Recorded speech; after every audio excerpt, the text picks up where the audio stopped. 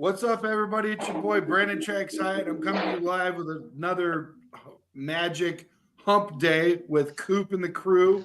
We got Coop to my left, Dano, Kyle, and Michael, the protege. How we doing, boys? Doing Doing good, good, man. man. Amazing. Doing good, doing good. Very good hump day. I'm really excited about the show.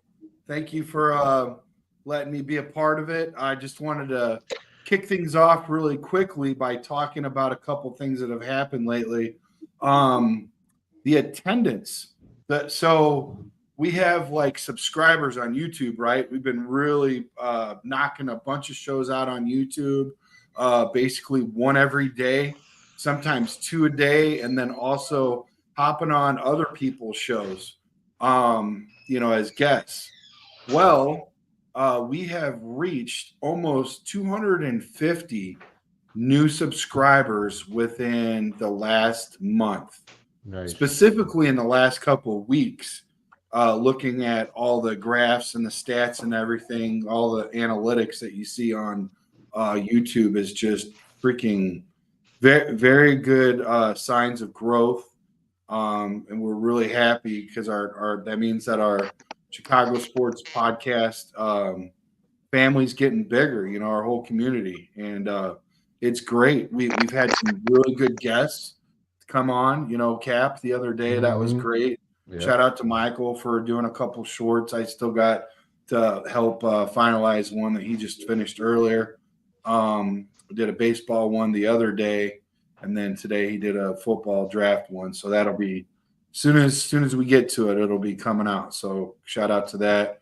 Kyle, man, Kyle has been knocking them down. I mean, not just Kyle specifically, but if anyone's been around Kyle, you'll know his work ethic. It's unfound. I mean, honestly, when I say this, because everybody, and you guys know, I don't toot my own horn, but it goes without saying, like, everybody just speaks about my motor that won't quit. And really, like, it is hard to find somebody that matches that or exceeds that.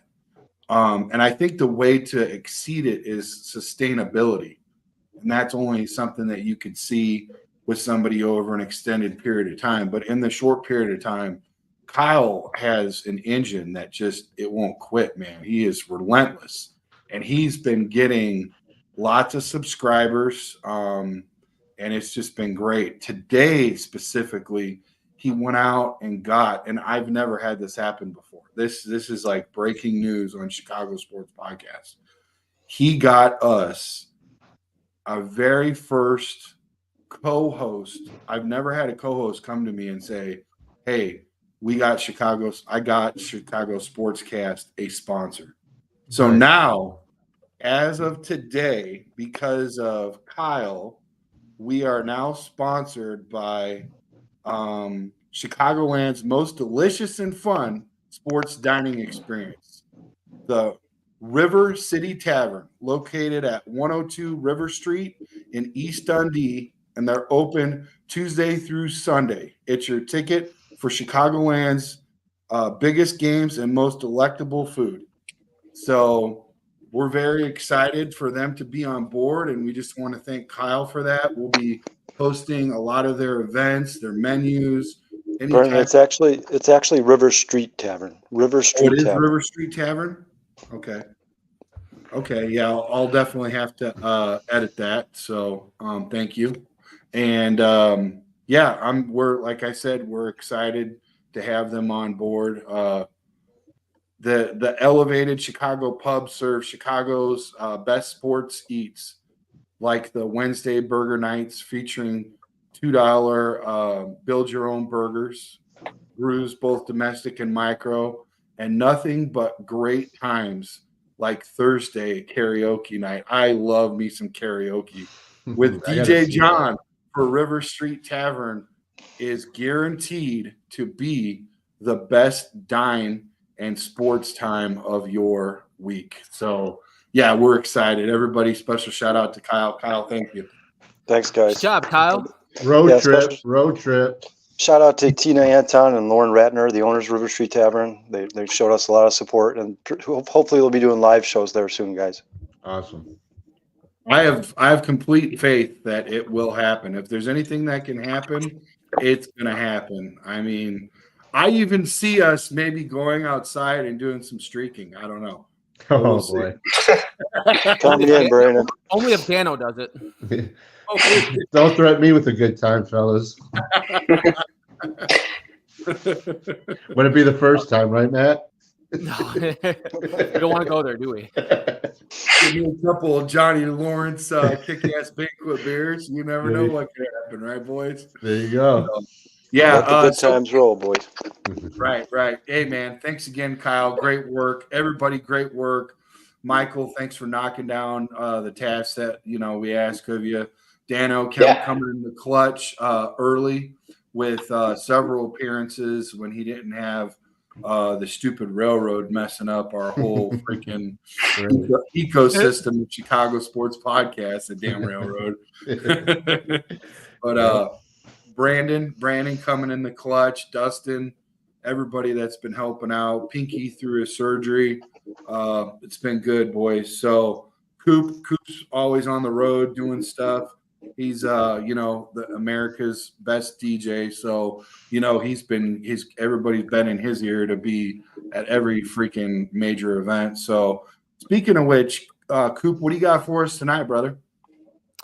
Tonight we are going to be talking about which Chicago sports team, which of all of our teams that we cheer for, that we're diehard passionate about, which one's going to make the playoffs first, which I think is going to be a very good debate. As a matter of fact, though, the one could happen very soon that I got on in the background here because the Bulls are about to play in their play-in game. So they could very well end our conversation here by the end of the night. Right. But I think it's an interesting one though because you can go in either way here, especially with what we've had here the last couple of years.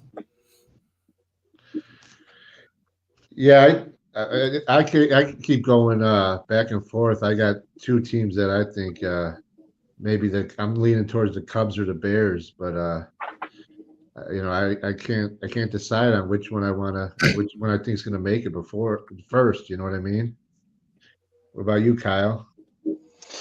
Yeah, I mean, obviously the Bulls can answer that question within the next 2 hours. But if they somehow can't win that game, then I think it'd be the Cubs for sure. I mean, obviously the Blackhawks still have a ways to go before they're competing for playoffs, let alone a championship. The White Sox are in sports purgatory. They're not. They're years and years away from being in the playoffs. I thought they were pretty close myself, but what do I know? Is it the 3 wins this season that had you excited? I just started drinking, and that would have enhanced my answer. But the Cubs are craft. The Cubs are a competitive team, and they're in a division that seems to be kind of up and down. It seems like they've built a deep team there. Obviously, they still need some work to do. They still have to address that bullpen at some point this season, but they will. And overall, that's probably the best Chicago sports team to look forward to right now. Obviously, excluding the Bears. Your brother says that the playoff win is by. He thinks that the $2 build your own burger has already won the playoffs, bro. So I think he loves that $2 build your own burger, man. I saw a burger picture playoffs today. I was like, maybe we should do the podcast over there. The half price wings on Sunday, man. That's your best bet right there. There you go. Smoked wings. Smoked wings, man. Oh wow.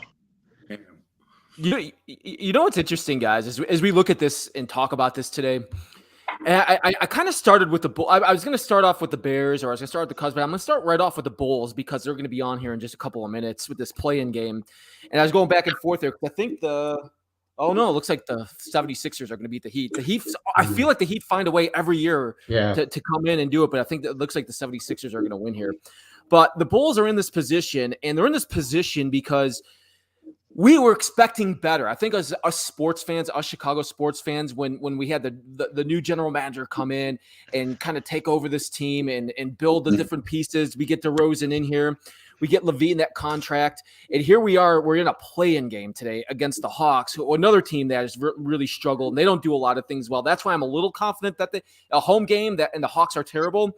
But at the same time, it's like I think a lot of us fans are just very upset by the way they've played and why we're still in this position, why we're still cheering on them being an A seed and going in. And okay, so we could go and beat the Atlanta Hawks and then work our way up to play the Boston Celtics, who look like the best team in the league, and then get blown out. And I just don't know what the benefit is of this, and unless they go and like surprise us all. But at the same time, if they do win tonight and they go and they advance, I'm as a Bulls fan, I'm gonna be upset because this is not what we're looking for. This is not what we wanted to be here at this point, years into this regime. And I think the worst part of it all is sometimes with management, especially the upper end, I was very excited when we got AK, only because you try to connect the dots as a basketball, fan stooge. I'm all connecting the dots back to Denver, and I'm like, ooh, we could go get the big guy from overseas and just crush the league and be perennial playoff contenders every year. Not so much. And so now we're in this, play-in, but it's not really the playoffs. Let's get that straight, But it's, at least we're not sitting at home yet. But you still get like this false sense of hope. And I'm just hoping that right now that management doesn't look at it as such, because quite honestly, with the payroll that's set up right now, it's going to be a while before we can do anything outside of the draft with this team. I mean, you look at these contracts and they're just so large, like there's no room to go grab anybody, and it's going to take more than one person to turn this around, So, I don't want to get too deep and then just take all of the juice away. So, what do you say, Dano? Yeah, I mean, the Bulls, other than the White Sox, I hate to say it, but I think they may be in the worst position out of all of our Chicago sports teams. They're in basketball purgatory. I mean, they're not good enough to get anywhere in the playoffs, and they're not bad enough to get a top. I almost feel like if you don't get a top 3 pick in the NBA draft, you don't have a chance of getting good unless you go out and sign in free agents. And clearly, they're not out doing that. So I don't know, man. The Bulls are the worst possible position that an NBA team could be in my opinion. I'll tell you right now, I don't know. I haven't went back in history. History is not my best subject amongst other subjects. Okay. But one thing is certain. Back when Michael Jordan played, if there was a WNBA, we didn't know much about it. Okay. Right now, WNBA is stealing the show in Chicago, boys. I'm more excited about the women's basketball than I am about the stinking Bulls. Okay. Yeah, I know we got to talk about the Bulls. And we got to do our due diligence. And Coop is absolutely right. We're getting ready to do the play-in. Let's hope that we can, knock it out. But, bro, honestly, I can't wait for Coop to lead into the WNBA when we get that chance, because I'm really excited about that one. Oh, I mean, that is like putting the cherry on top of the sundae at Serendipity Ice Cream Parlor. And you really got to discover the delicious summertime at Serendipity Ice Cream Parlor, serving up heaven. I promise you, I'm going to get better with this whole River Tavern, bro. So just bear with me, okay? I will get to the level of the Serendipity Ice Practice Cream. Makes perfect, Brandon. Practice makes perfect. Yeah, they were one of our first sponsors. Coop will tell you, they've been sponsoring us for quite a while. So they serve up heaven with their delectable funnel cake at 120 North Griffith Boulevard in Griffith, Indiana. So stop on by and check them out. Great atmosphere too, man. I think kids going there, they'll love it. It's an old school ice cream parlor. You know what I mean? Especially You're not this walking time into of a the year. Baskin Robbins. Cooper asked who benefits if the Bulls win tonight. The only people that benefit is the NBA. These playing games are making them more money. Ultimately, this is just if the Bulls win this game tonight, they're delaying the inevitable. They're going to get destroyed by Boston if they play them next. I mean, the Bulls have nobody to blame but themselves. This has been 3 years in a row now without making a single trade. They could have unloaded these guys. They should have unloaded DeMar for his own benefit. The guy still has not won a championship. He's been the consummate professional. He never complains. It still is one of the best mid-range jumpers in the game. He's averaging 24 points a game. I saw a stat today that said he actually he's the oldest or the only player over 30 years old since 1951 to average 37 minutes per game. I mean, yeah. I feel for DeMar DeRozan, man. At least Bulls fans have got the chance to watch him for the last few years. he's an amazing player, and it's time. I think it's time for the Bulls to just burn it down and restart. I mean, they would like to be where the Chicago Sky are now with those high draft picks, drafting talent for the future. They are literally stuck in no man's land. I think Agreed. Kyle alluded to it earlier. Like he said, the Sox were in purgatory. I wish the White Sox were in purgatory. They're way below that. The Bulls are in purgatory. They are in a spot where they have talented guys, but they don't win. They're very inconsistent. I mean, they lose twice to the Pistons this year, but then they go and beat the Timberwolves, the Pacers, and the Kings. It just doesn't make sense. They can turn it on and beat anybody. They just don't do it at a clip that's good enough. I mean, they've been below 500 all year. They didn't unload anyone at the deadline, which I wish they did. To, like Kyle said, they're delaying the inevitable. Even if they win, they play Boston. They lose in 4 games. They don't really stand a chance against Boston. Let me ask you guys: do you guys think that it's worth keeping Kobe White? I mean, do you think by the time they're competing for the playoffs, or God forbid we say a championship, how old do you think Kobe White will be then? I think that's an interesting question because I don't know what they're going to do. DeMar let's just say DeRozan's the age? inevitable here. Yeah. Well, let's say the inevitable though. Like, what do they do? Like, they go to Boston, that like they get swept in 4 games, and that's probably Boston looks like the best team in the league this year. Mm-hmm. So let's say they do that. Do you blow up the like? I think at this point you have to start considering that. You have to go in another direction. But White could also be one of those cornerstone pieces for you for a long time. Or you look at the other end. Is that the guy you get a lot for? If you're going to go like what the Utah Jazz has done the last couple of years. Yeah. If you're truly looking towards the future, you would trade Kobe White and get as many assets as possible, right? You want to be competitive and win a championship at sometime in the near future. But if the way that Reinsdorf has done things, I wouldn't be surprised at all if he keeps Kobe White just to sell tickets. That just seems to be the kind of guy he is, man. You almost have to, because the whole process of these balloon contracts that are massive, right? You don't want to accrue any penalties or whatever. So you almost have to take a guy with Kobe White's cost, right? And ship him off and then go get like some lower level players, average dudes, like spread out, whatever. But yet you're still recycling your trash because you got like these guys there that, like, for whatever reason, we just can't get it together. And we all heard from the Cat Man, who's really good friends with the head coach, right? He ain't going nowhere. His extreme, this is it for him to be in the NBA. He's not going back to Kentucky. He wants to be in the NBA. He's always wanted to be in the A. He's got 2 years left on his contract. They're not shipping him out this summer. He's not going anywhere. It's just we have to deal with reality.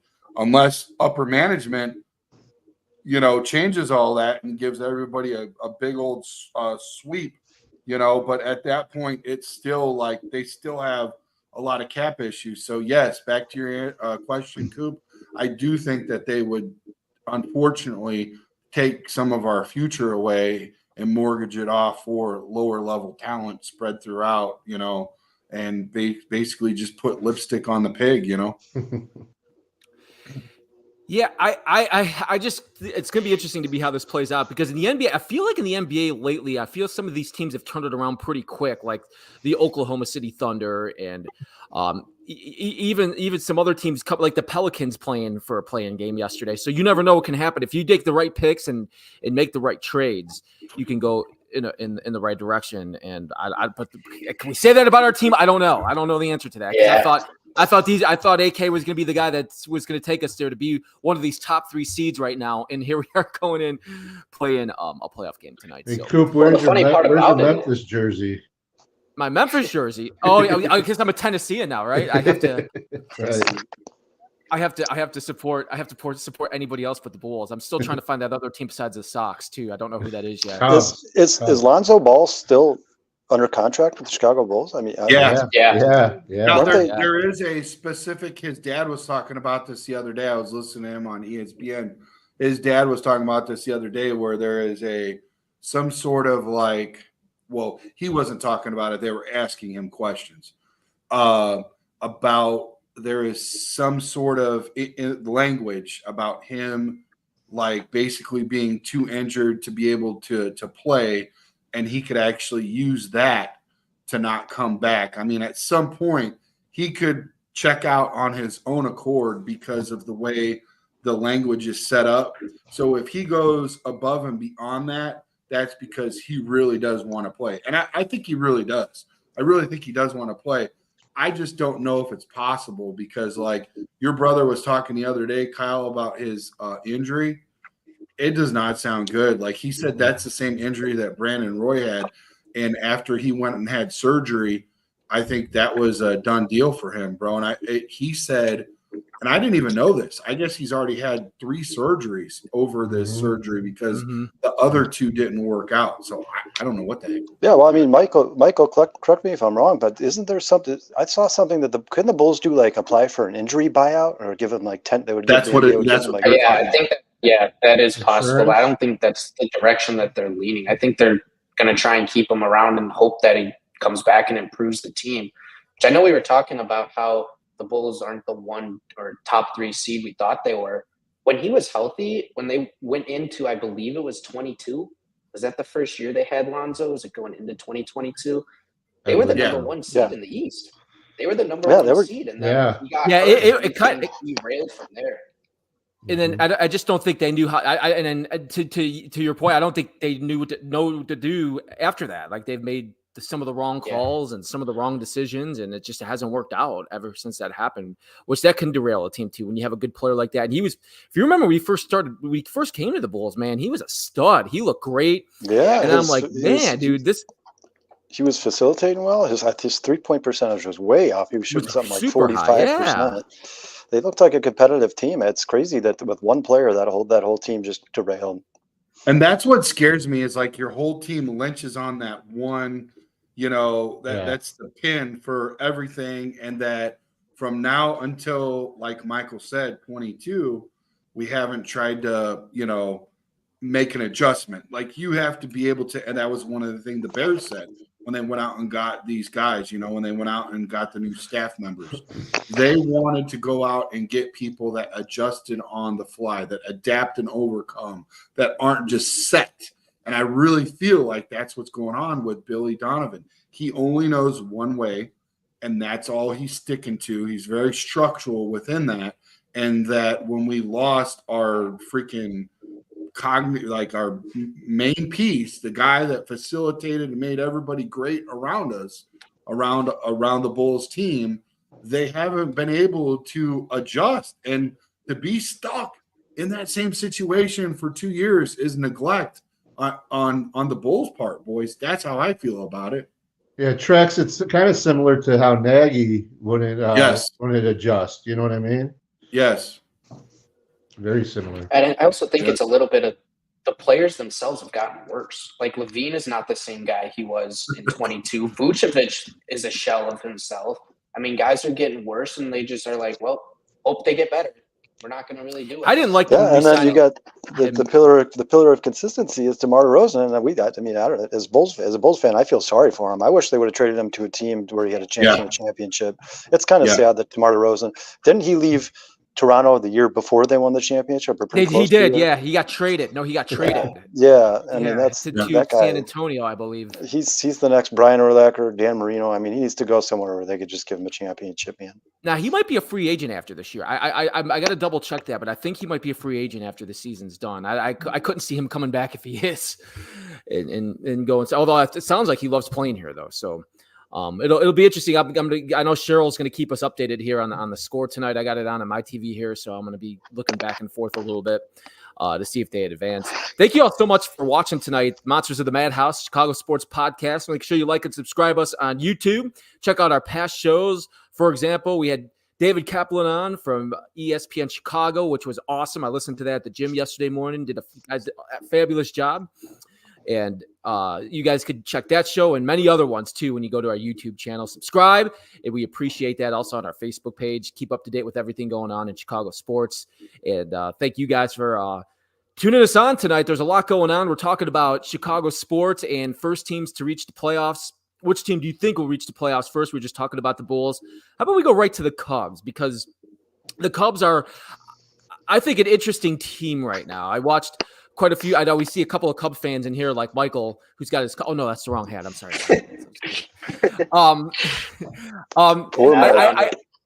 Yeah, I like the start so far for the Cubs. I know they're going to have some bullpen problems, and they're going to have to fix that because even today, even at the end today, when we saw Smiley in there, I think some of us or some of you guys, I should say some of you because I'm not the Cubs fan in this group, were holding on a little tight there. But what I do like from this team is the way the offense is played. Even Suzuki out now. It looks like he could be out for a while. I don't know. That's a pretty dynamite injury, man. Like Yeah, he's got an when they oblique. said an oblique injury, they said 10 days, but now he had that injury last year. But when you have an oblique injury, it's more than that. You can be gone for month. a little bit longer. You just, up to a month. Yeah. So that's too bad because I thought he was off to a great start, and that could be somebody that you're going to need here to count on as we go throughout the next couple of weeks.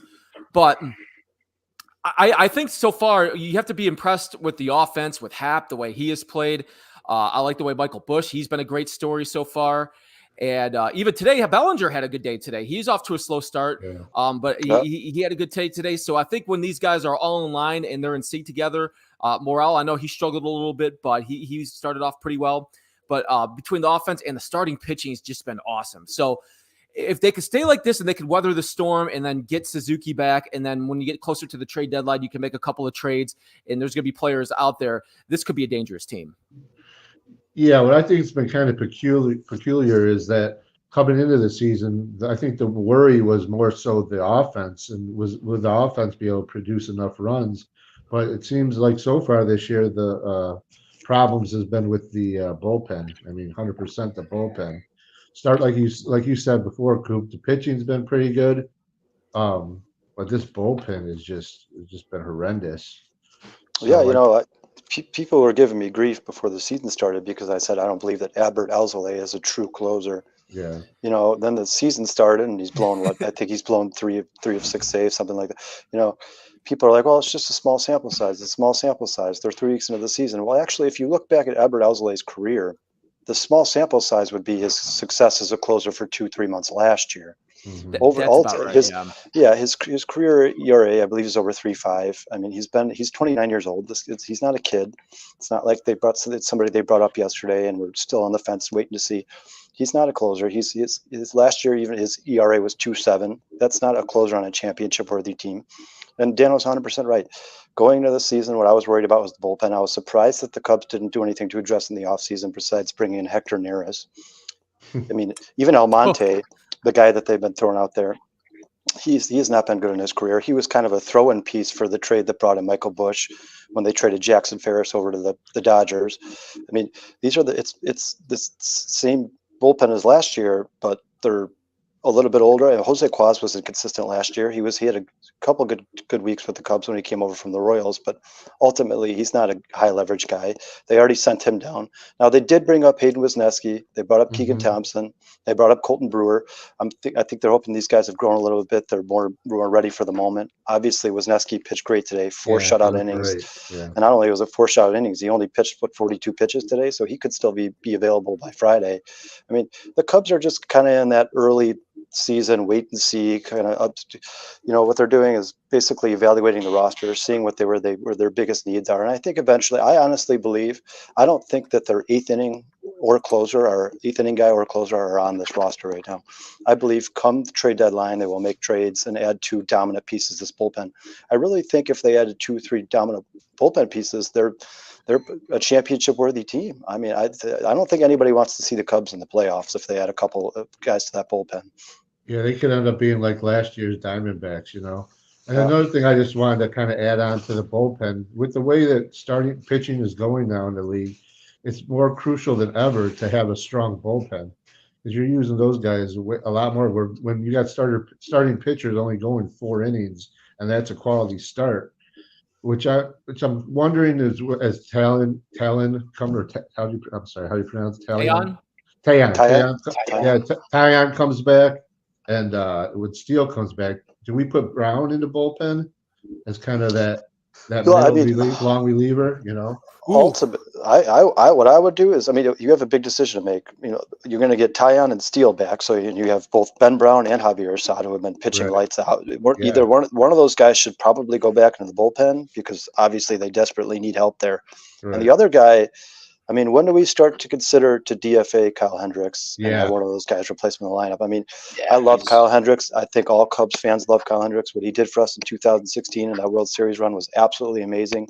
I mean, but the guy's ERA is over 12, and it's been not every single ball that is getting hit off of him is leaving the bat 100 miles an hour. Yeah. I'd say that his best days are so far behind him he can't even see him in the rearview mirror. And I hate to say that. I got the numbers up right now for Kyle Hendricks. Oh yeah, so he's got a 12. So what you said, 12.71 ERA. The teams are hitting 388 against him right now. So I think it's essentially, what that means is he's giving up more than 5 runs a game. Yeah, I mean, and Right. even his biggest strength over the last four seasons was his limited walks. He's walking a lot of guys too. I mean, Kyle Hendricks just cannot seem to find the plate.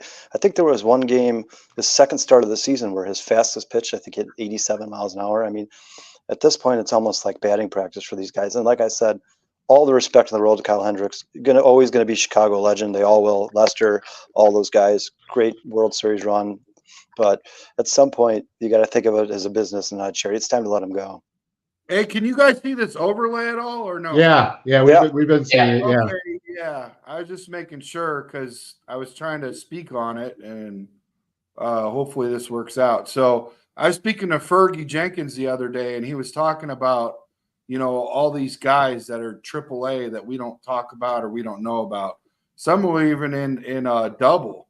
This is the guy that he was talking to me about the other day Oh yeah. when he was in Arizona, and we had De Niro on, and he couldn't get on with us because he had his Bluetooth on, I remember and that. he had his earbuds in with his Bluetooth on, and he couldn't understand why his loudspeaker wasn't being played. But he was talking about this Hort guy, and Sean Lugo just posted this earlier. So he had 4 innings pitched, and I mean, look at this ERA: 47 pitches, 1.13 with a 0.75 WHIP. I mean, you look at those numbers, and I could see exactly why Fergie and the rest of real Chicago baseball is excited about our future, about these guys that are being called up, and why we thought as knucklehead fans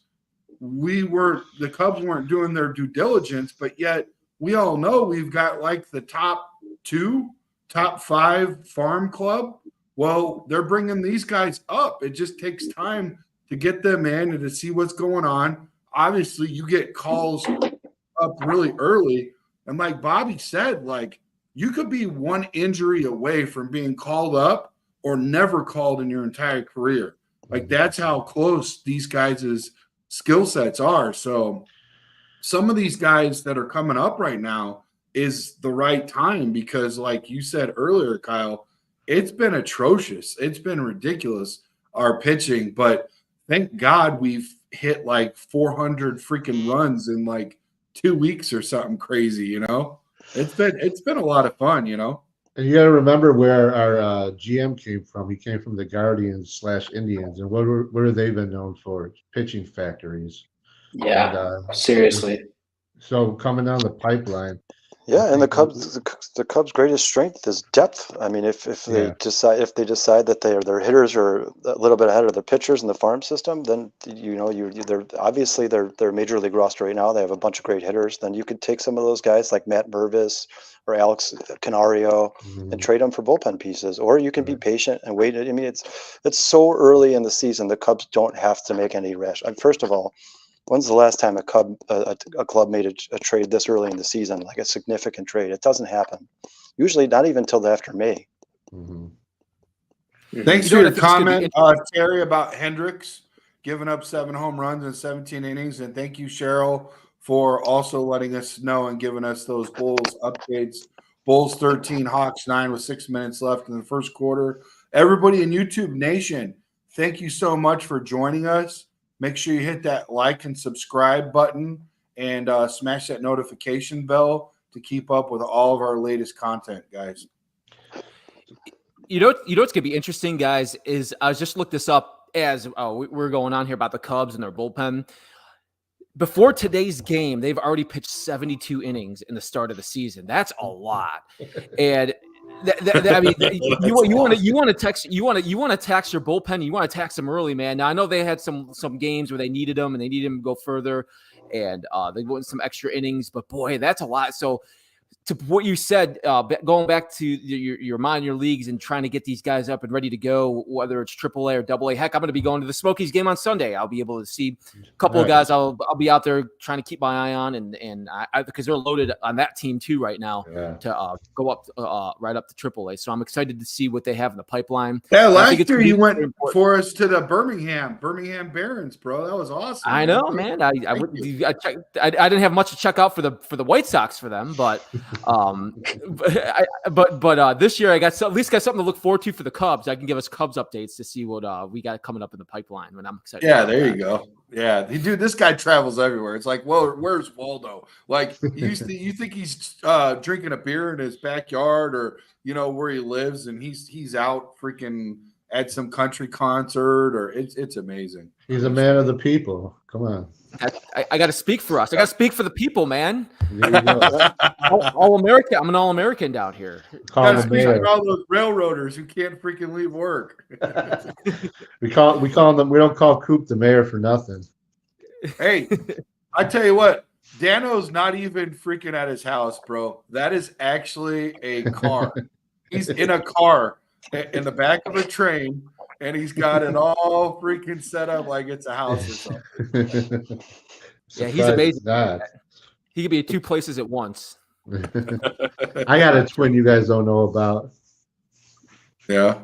He's like, yeah. Good story. Yeah, tell how excited you got there. John Lugo said Owen Casey hit his first AAA home run today as well. Man, yep. Sean is on that freaking AAA stuff, dude. Sean knows the Cubs. I think it's you know what it is, man. Sometimes it's tough when like when I'm a diehard White Sox fan. We have diehard Cubs fans here. Michael, I know you're a White Sox fan, but I think sometimes it's tough to follow along on the minor league beat because you're so entrenched with your team. Even as bad as the White Sox are, now I'm interested to see some of these young pitchers coming up like they have over the last couple of days. Yeah. But I'll be going back to a little bit more now in Charlotte to see, who do we got coming up next there? Because they're going to be bringing up here like one after another. At least with the Cubs have their foundation set right now, and they're probably going to bring some players up here, but maybe a little bit more slowly, and especially if they get better here throughout the season. I don't know how much they're going to bring up at once. So I think sometimes we lose track of what we have down in our system. That what my uncle said, Jack Hyde, he played for the Cubs, and then he ended up playing for the Giants before he became the player director of personnel, and they won 3 championships over there for the Giants. He said actually like their AAA teams that people think that their like better talent is there. They actually hide some of their gems in the AA. Yep. And those are the guys that are like really freaking good. So I remember it wasn't that long ago that we were looking for one of their catchers, and they were shopping that guy around, and he was telling me, he goes, that's not the guy. He goes, it's this guy. And I was like, whoa. Yeah, he's like, perfect examples. Cade Horton. I mean, that guy is still not in AAA, and Cubs fans are already asking for him to be called up to the major league roster. Like, Cade Horton is probably their best prospect, but we still have to see him in AAA before we jump to conclusions here. I mean, especially for the pitcher's development, it takes a very, very long time for major league. Yeah. You know what else I think too? When you're on a team like the Cubs that are going to be a contender this year, I feel like when you bring a guy like Cade up, you might feel a little bit more of that pressure that you're going to like. If let's say this is going to be a replacement for Kyle Hendricks or whoever would come up for Kyle Hendricks, I mean, you're going to be stepping into some big shoes to fill. Where I think on the Sox right now, where there is no expectations whatsoever, these guys pitching like Nastrini, who I couldn't believe we got him last year in that trade for Lance Lynn. I thought that was a great trade for the White Sox. But I felt like I saw him pitch the other day for the first time, and I'm like, dude, that guy doesn't look like a rookie. To me, he felt like he's pitched in the major. Like there was no pressure on him. To me, it felt like he's already been a major league pitcher. Yeah, but I'm like, he also doesn't have a lot of pressure on him right now. He can just go out there and be himself and find himself. Did the White Sox? So if you want to watch them, go check them out on 28 high definition a big screen television at Bridges Scoreboard, your Northwest Indiana Chicago sports headquarters. with the Hall of Fame menu and the coldest beer in Chicagoland. I guarantee you it's freaking colder than this piss warm bottle of Banquet that's just sitting in, like, I'm just like drinking these straight up off the top of my freaking countertop right now in my garage. So the only thing Normally that's you're keeping drinking me cool is Zimas. the garage. What's that? Normally you're drinking Zimas, so I'm surprised you're even drinking a beer. Dude, quit peacocking your age. I know. Zima. Michael's like, what are you talking about? There's a name drop for you. Yeah. The Okay, first seltzer ever. Throw a Jolly Rancher in there. Yeah, so, Brandon, you're not drinking them fast enough. Did the White Sox sign Tommy Pham? Sports Night. Visit They us did. at Yes. bridgesscoreboard.com and call 219-924-2206. Sorry, sponsors, if we can't get that out. All right. Yeah. Back to what you said. Yeah, they did sign Tommy Pham to a minor league 3-year deal. He's in Charlotte now, or is reporting to Charlotte, and I feel like he'll be up in like another week. I don't think he's going to be in Charlotte very long. They're probably just getting him to get down there and say, "Dude, you need to get up here as fast as you can, man." It just doesn't make sense. I feel like at this point, I mean, what do you have to lose? You might as well just start giving some of these young guys some playing time. I mean, they got to have somebody better than how old's Tommy Pham? Tommy Pham's got to be 35. He's been around a while. He's been around a lot of different teams. He was great for Arizona. Here's what he I was was on the World surprised about. Series last year. The reason why the Diamondbacks, a big reason why the Diamondbacks were where they were last year is because they went out and made that trade for Tommy Pham, and he went there right. He was like number 3 in their lineup, and was fantastic for them. Yeah, but wouldn't you consider that like the piece to get them over the hump? Got him over the hump, yeah. But he was a big the White Sox are on. I mean, rock beat bottom. You know, like at this point, I would start looking into my minor league talent. At least give some of these guys some chances, man. I mean, there's really nothing to lose at this point. The White Sox have 40 runs, 54 runs, or I wrote 38 runs throughout the season. They have 4 wins if you kind of win today. I mean, Is this point, you Friday got night nothing to lose. baseball or Wednesday night, man? The Bulls are playing right now. Poor Bulls, man, they're barely getting talked about, and we're just beating everybody up with baseball. Thank you for the 50 people that have been hanging on listening to this freaking shit show. But yeah, man, hopefully some of you guys like baseball still. I don't know what it is, man. We've had a couple of the guys, you know, from 84, and Fergie was, you know, trying to get on that day.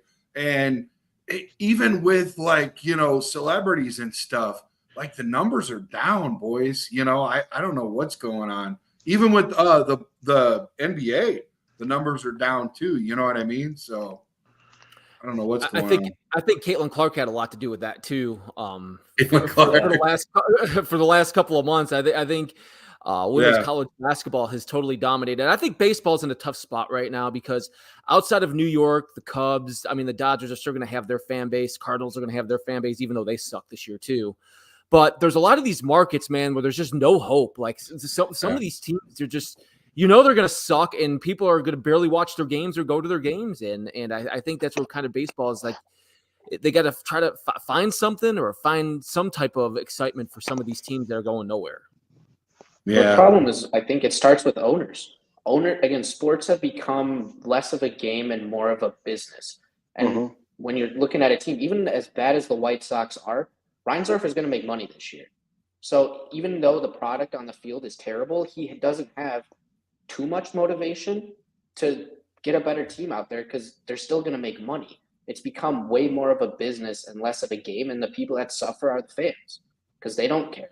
They don't care about winning some of these guys. And the ones that do are, you see they're good. The Dodgers, the Yankees, these guys care. They want to go out there and win.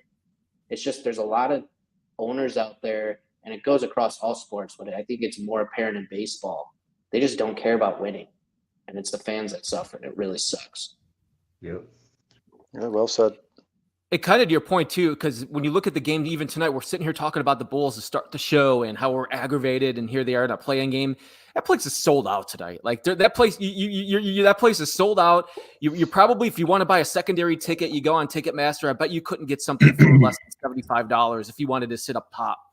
And people are going to still be going there wearing their red and cheering them on. And if they advance and then play the Celtics, same thing. Those games are all going to be sold out. It doesn't matter. To what you're saying, Michael.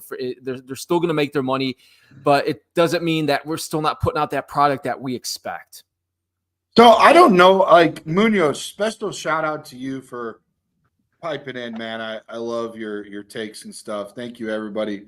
Terry H, Lugo, Cheryl, thank you for keeping the Bulls updates. But especially Munoz, I don't know if I can get on board with this anymore, boys, because I've been getting schooled a little bit from Michael on this this hockey team and what we got in the building. And it sounds like we're on the rise. So I don't know if Jerry needs to sell both teams right now, honestly. And if we catch lightning in the bottle like Chicago Sky did and the Blackhawks, the Bulls might be relevant. If they get a couple good draft picks, who knows what could happen? I mean, honestly, I'm not saying that, I'm excited about the Bulls coming into the play-in and, next season and whatever that may be. But the Blackhawks are turning around, man. I mean, it sounds like there's a lot of hope out there. And the sky's the limit, man. Yeah.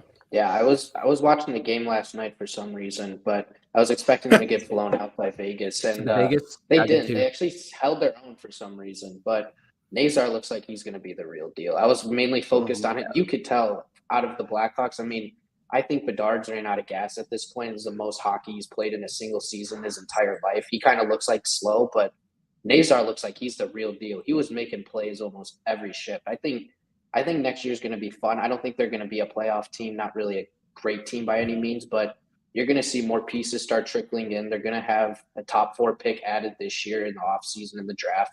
Fingers crossed they win the lottery again, but can't always count on that. But is that really Nazar, that guy that you brought up the other night, in the chat? Yeah, the kid that got called up from Michigan. It was like 2 days ago. Yeah, he scored his first shot on his first goal. First goal. Yeah, The only first other goal. That was cool. Yeah, Amazing. only other 20-year-old center to do that for the Hawks is a guy named Jonathan Taves. If any of you guys have heard of that. Yeah, Nazar is the same guy who did that pass, the assist between his legs in that Michigan game Yeah. at the end of the season there. He's amazing.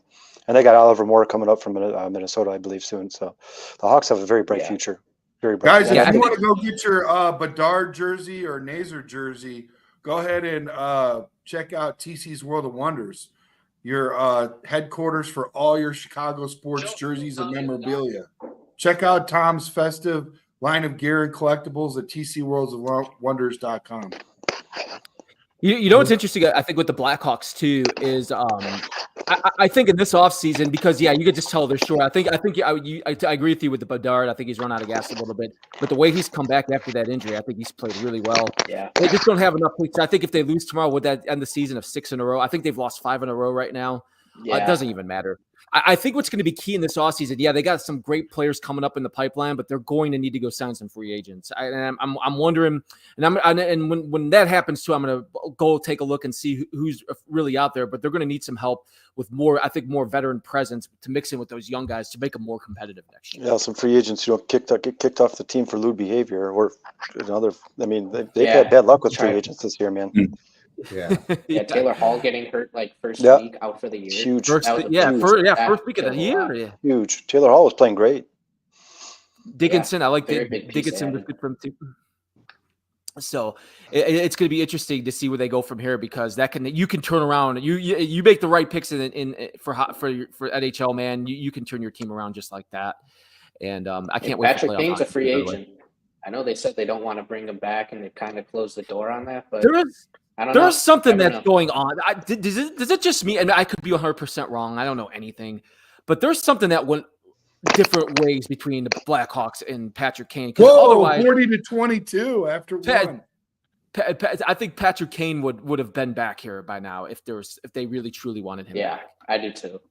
Yeah, I mean, I think every fan would love to see him play with Bedard, even if it's like a passing the torch. I think he'd be great for Bedard's development, but again, it goes back to that you want to start a new chapter, can't kind of keep going back to the past, because that's honestly what their old GM did, Bowman. He kept going back. He traded Saad away and then traded back for him. He trade guys and then trade back for them. It didn't make a whole lot of sense. 100%. They paid the price for it.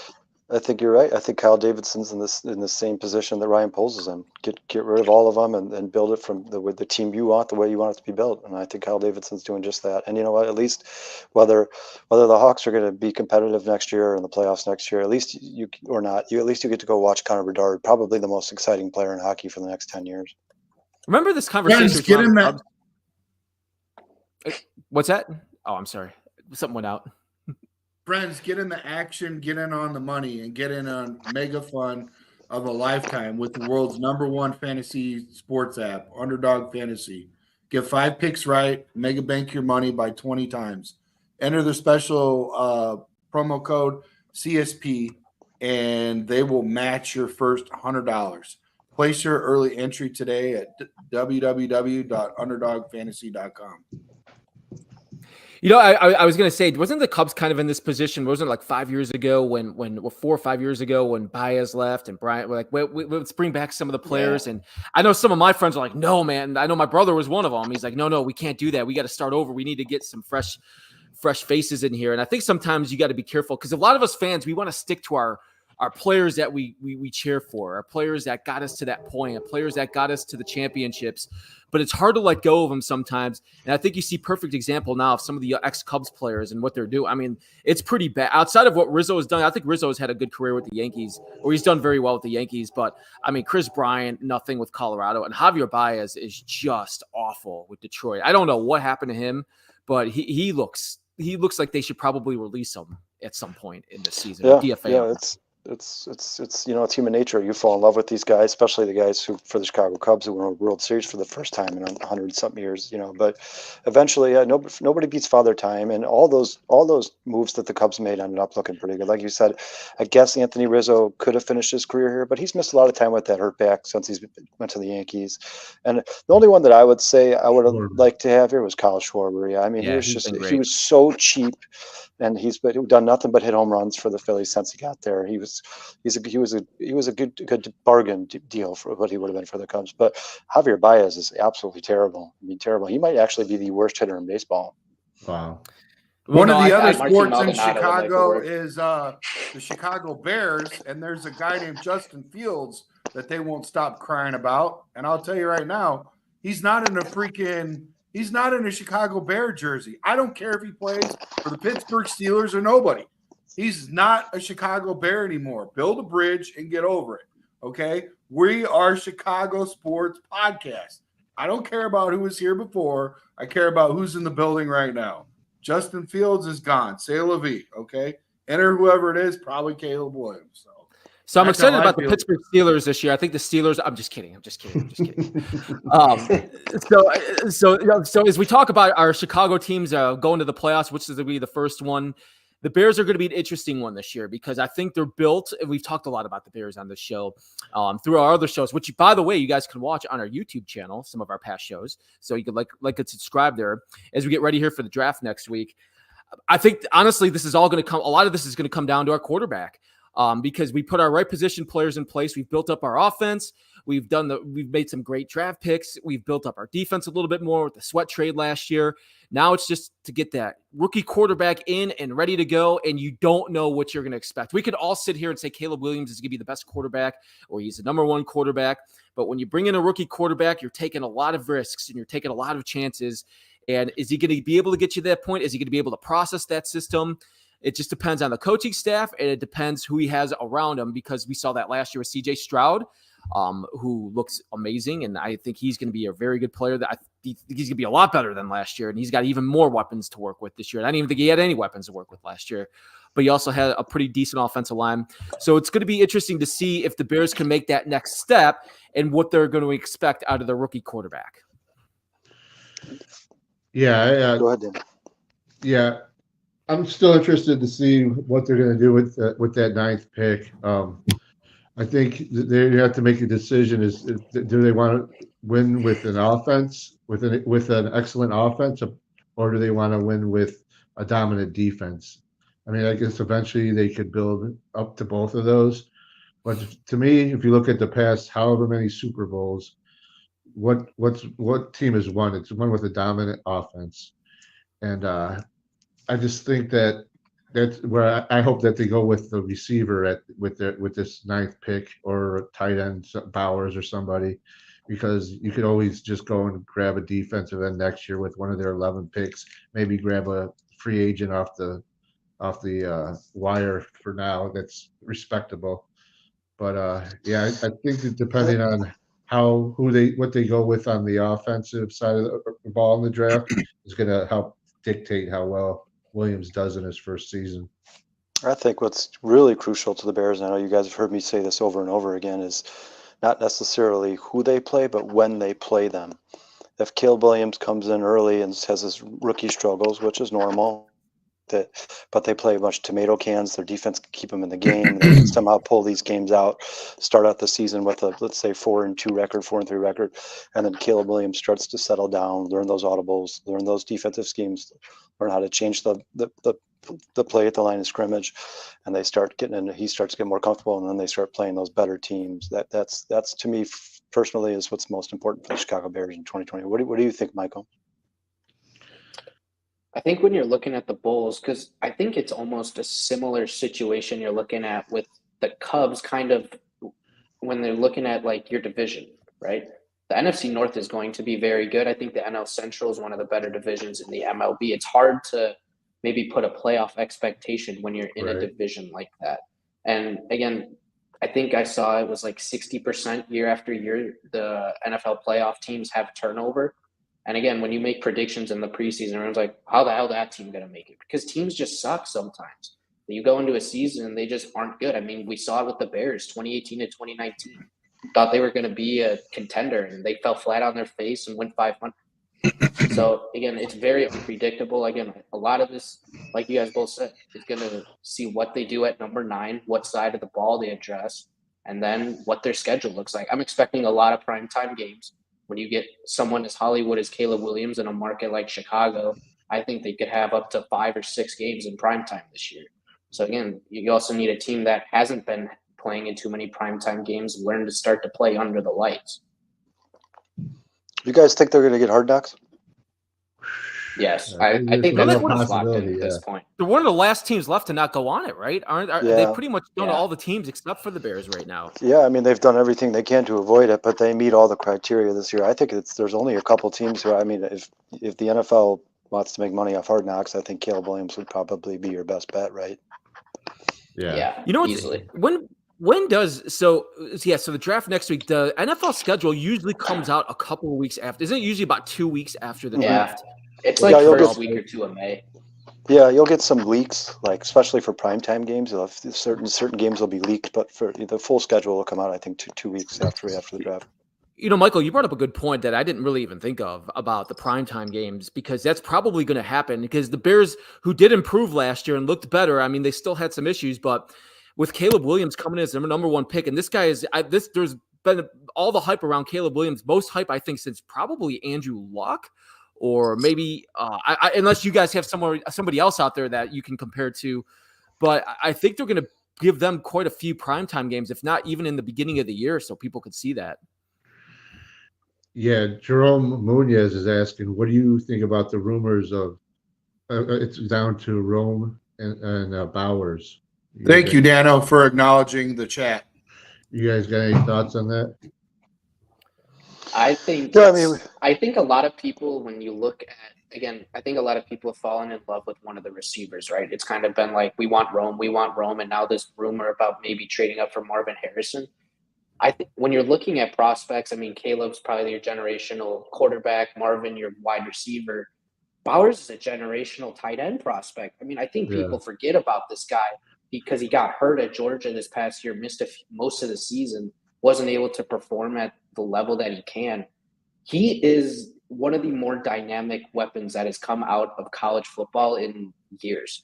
Because people hear tight end, it's like, okay, we don't need a guy to stand on the line of scrimmage and block or go out for a curl route. That is not Brock Bowers. Brock Bowers is a wide receiver in a 6'8" frame. He is a massive human being that you can put on the line of scrimmage. He blocks really well, and you can split him out wide on the X and Y. If you have Brock Bowers, you don't need an X receiver anymore, which is what Rome Odunze is. I think, again, when you look at past Super Bowl champions, what teams have won? The Chiefs with Kelsey, the Patriots with Gronk, the Eagles with Zach Ertz. These teams have elite tight ends. It's one of the rare commodities for a team to have, and it's kind of been a backbone of some of these recent championship teams' DNA. And I'd love it, honestly. Again, there's so many great players they can draft. I don't think they can really screw this one up, but if they draft Bowers, I'd be ecstatic. I agree, Michael. I think that Shane Waldron would be in heaven if Yeah. the Bears announced with the number 9 pick they're taking Brock Powers. I mean, there's just so many things you can do with that guy. It's like you said, man. He's not a tight end. He's a weapon. You can literally play him almost anywhere on the field, and he'll contribute.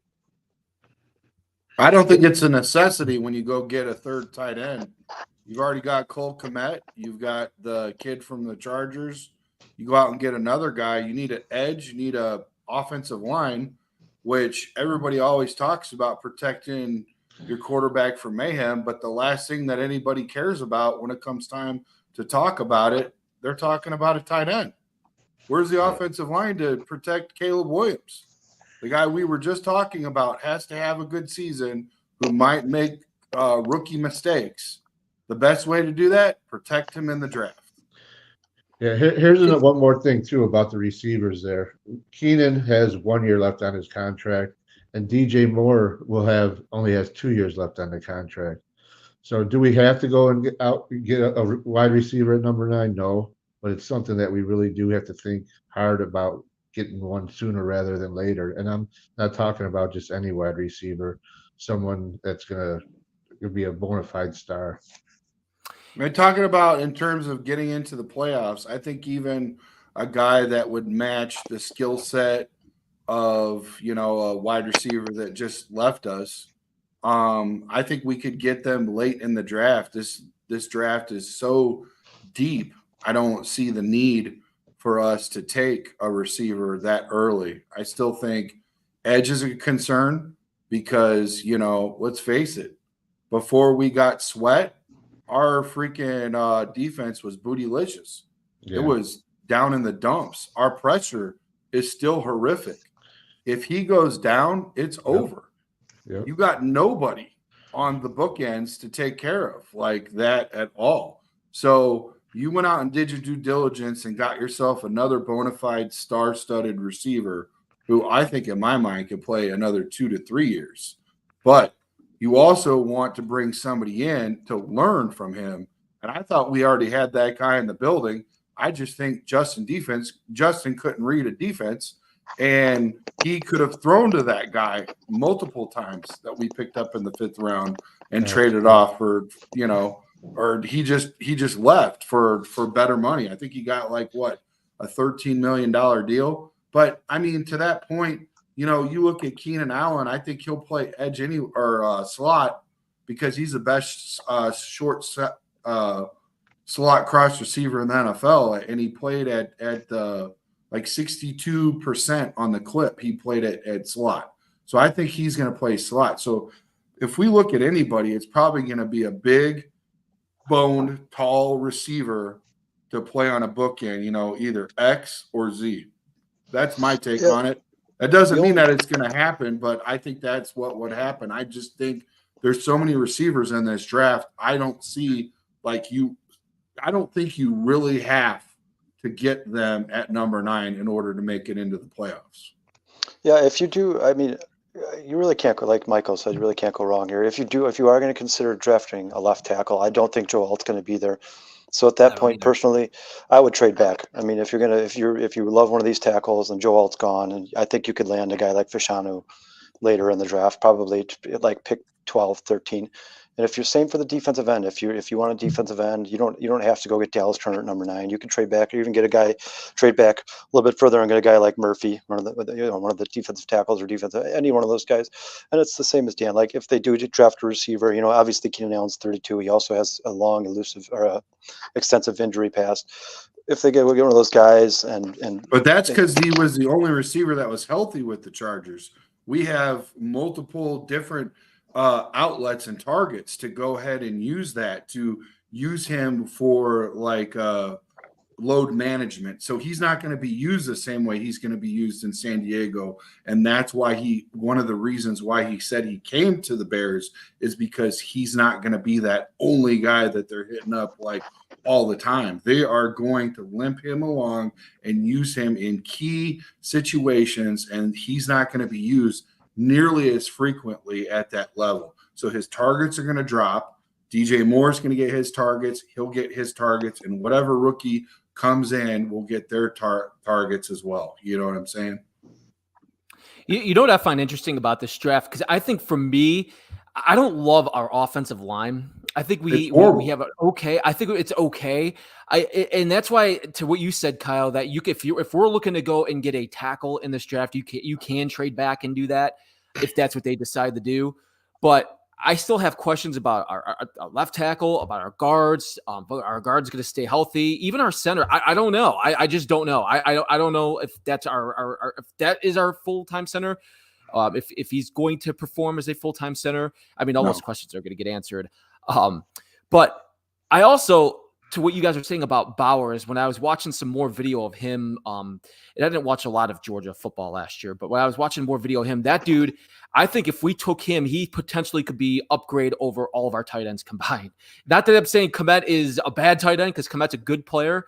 But this dude, if he goes in and does what he did with Georgia, and he's a good pass catcher, I think he would be a major upgrade. And he looks like he could be that type of stud tight end you could have there for a very long time. So it's a very interesting decision what's going to happen, because I think you can go either way here for the draft. You could go in any way they want. I mean, they want to address the offensive line, go do it. Whatever Ryan, we all know that Ryan Poles has these guys ranked from 1 to 50, whatever his blue chip list is. My guess is he's going to do whatever it takes to get the guy he has ranked the highest when he's up to pick. Like, even if, say for instance, the Titans decide not to take Joe Alt at 7, which I think is where we all think he's probably going to go at this point if he doesn't go earlier, and the Falcons are up at number 8, I wouldn't be surprised at all to see the Bears trade up and get Joe Alt. Why not go get one of the best perennial Pro Bowler left tackle? Obviously he hasn't played a game in the NFL yet, so we don't know, but he looks like he's a sure thing unless he faces some sort of injury. I got something for you guys. So let's just say, for food of thought, they go with a weapon, whoever you want it to be, wide receiver, tight end. Would you guys be opposed? Let's just say they're in the hunt and Poles does something similar to what he did last year. He trades a second for someone on defense. I was looking at some of the guys that are available. There's some decent names on some pretty bad teams that I think could be available that are free agents. Is that something you guys would be opposed to again? Or would you rather just see them draft the edge and maybe go after a wide receiver next year? Well, like Bernard said, they could draft an edge this year and still get a good wide receiver in this draft. This is one of the deepest wide receiver drafts. 26 wide receivers in this draft this year.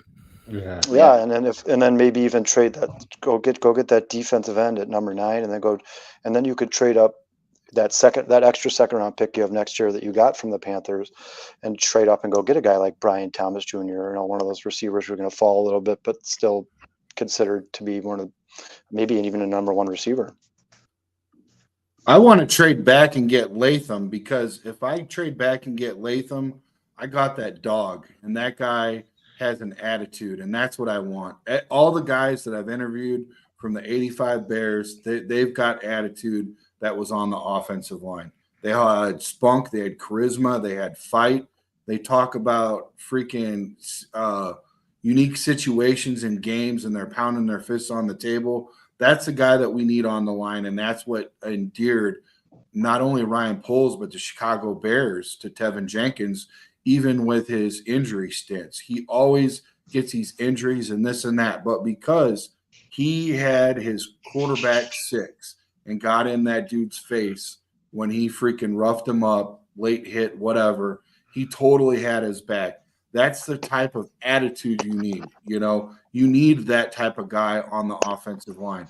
If we were able to trade back just a couple spots, maybe to the Jets at 10, get a second rounder, third rounder, or something like that, so we could still get our edge later and identify those 2 needs, I think that would put us a lot closer into the playoffs instead of getting our 3rd tight end. Yeah, Munoz says Poles has my trust. I think we'd all agree on that. Whatever he's going to do, I think we could trust that it's going to be the best decision for the Bears. Hey, he had my trust when he freaking lost that trade to Chase Claypool. I still got his trust. You know what I mean? Right. Yeah. Even during the bonehead freaking decisions. Hey, let's be honest, man. He's a man. He puts his pants on the same way we do. He's going to make mistakes. This is his first year outside of being, player personnel, director, and all that kind of stuff. 3rd highest chain of command for the Chiefs when he was with the Chiefs. But now, let's be real. He is a GM. He's learning on the fly. There's a lot of stuff that he's learning from he learned from that. He still got my trust, whether Yeah, I mean, he hit swings or misses or whatever, 100%. There was a lot of Bears fans calling for his head when he traded for Montez Sweat, and I at the time thought that I was was a really great just trade. about I to say still that. think it's a great trade. I mean, people were like, "Oh, they signed a 4-year, $98 million extension." Like, well, let's see. Montez Sweat is top 10 in tackles for loss. He's top 10 in quarterback pressures. He was top 10 in sacks at the time. I mean, where are you going to get a guy like that in the second round? I mean, you never know, man. I mean, that was a It's a great long trade for Ryan. stretch. Yeah, great trade. They wanted Great that trade. other guy that's often injured all the time that freaking nobody hears Yeah, about Chase Young. anymore. Oh, Yeah, yeah, I'm Chase glad Young, they didn't because get he's a him. household Yeah. name because Yeah. he played Ohio State. Like, that's the guy. Really, for whatever reason, there are names out there that we don't know about, and most of them, for whatever reason, there are a bunch of geniuses that know all about all these offensive line players. And I'm telling you, boys, I sit around with people and nobody talks about offensive line. The only time they talk about the offensive line is if you miss your play or, it's a false start and all that kind of stuff. And then it kind of builds on you and it looks like a really bad gangbang. It's just something you don't want to freaking see when you're an offensive lineman. But for whatever reason, everybody's a freaking genius, even guys that are 100 pounds soaking wet. They all know about the offensive line. I'm telling you right now, Latham is that freaking dog. You need guys on this freaking team that are going to be freaking fighters, man. Like, where's Latham projected to go? Michael, do you know where he's projected to go? I think your brother said around like minus 15 or 175 18 under or 14. something. So he's projected to go up high. Most people underestimate where linemen will go because teams are higher on them than the general public. I think most of the time, because a lot of general public will fall in love with your wide receiver, your fun pieces, where the teams realize that's not always the greatest option. You need to build the trenches. So I think a lot of these guys might go higher. I think that's where you might see a lot of these trades draft night is teams jumping other teams that need tackles to get their guy. Yeah, they said this year is going to break the record. Like in 2008, I think it was like 8 guys in the first round offensive linemen. They said this year is going to shatter it. So between like 5 or 6 between 5 or 6 freaking quarterbacks that's going to be picked in the first round. Do the math, guys. And I ain't really that smart at math, but I can tell you this much. 5 or 6 freaking wide receiver or 5 or 6 quarterbacks, several receivers. I mean, at least 3 or 4, right? And then you're talking about 10, 8, 9, 10 offensive linemen.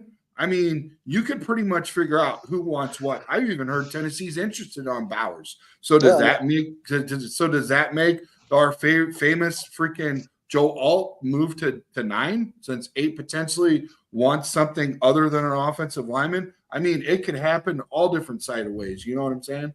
What's interesting? Oh, go ahead, man.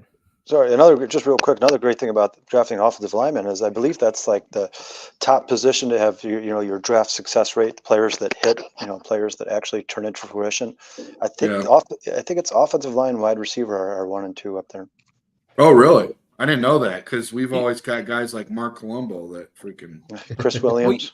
I don't know if you guys read about I don't know if you guys read about this too, but the things I've read about this draft in general is you could find those players, those key players in like the first 3 to 4 rounds, and then after that, there's a major drop off. Like those impact players are in the first couple of rounds. You could find them even in the 3rd round, but then after that, you're going like way downhill. So I think that's why you're going to see a lot of these teams. Well, it's going to be interesting on draft day to see what teams do or what type of players they want to trade. It happens every year. Some teams going to trade somebody away, like kind of what we were talking about here a second ago. Michael was saying that a couple weeks ago. Michael was saying that people are like so mad at Ryan Poles for getting rid of these late round picks. Michael was like, he doesn't want them. He doesn't want these picks. There's nobody to pick. You're gonna draft a guy in the 6th, 7th round so you can cut him or send him to the practice squad. Trade up and get as many studs as you can, man. So quickly here as we talk about teams going to the playoffs. Bears playoffs this year. Do you think it's going to happen? I'm 50-50. I mean, only because of the division.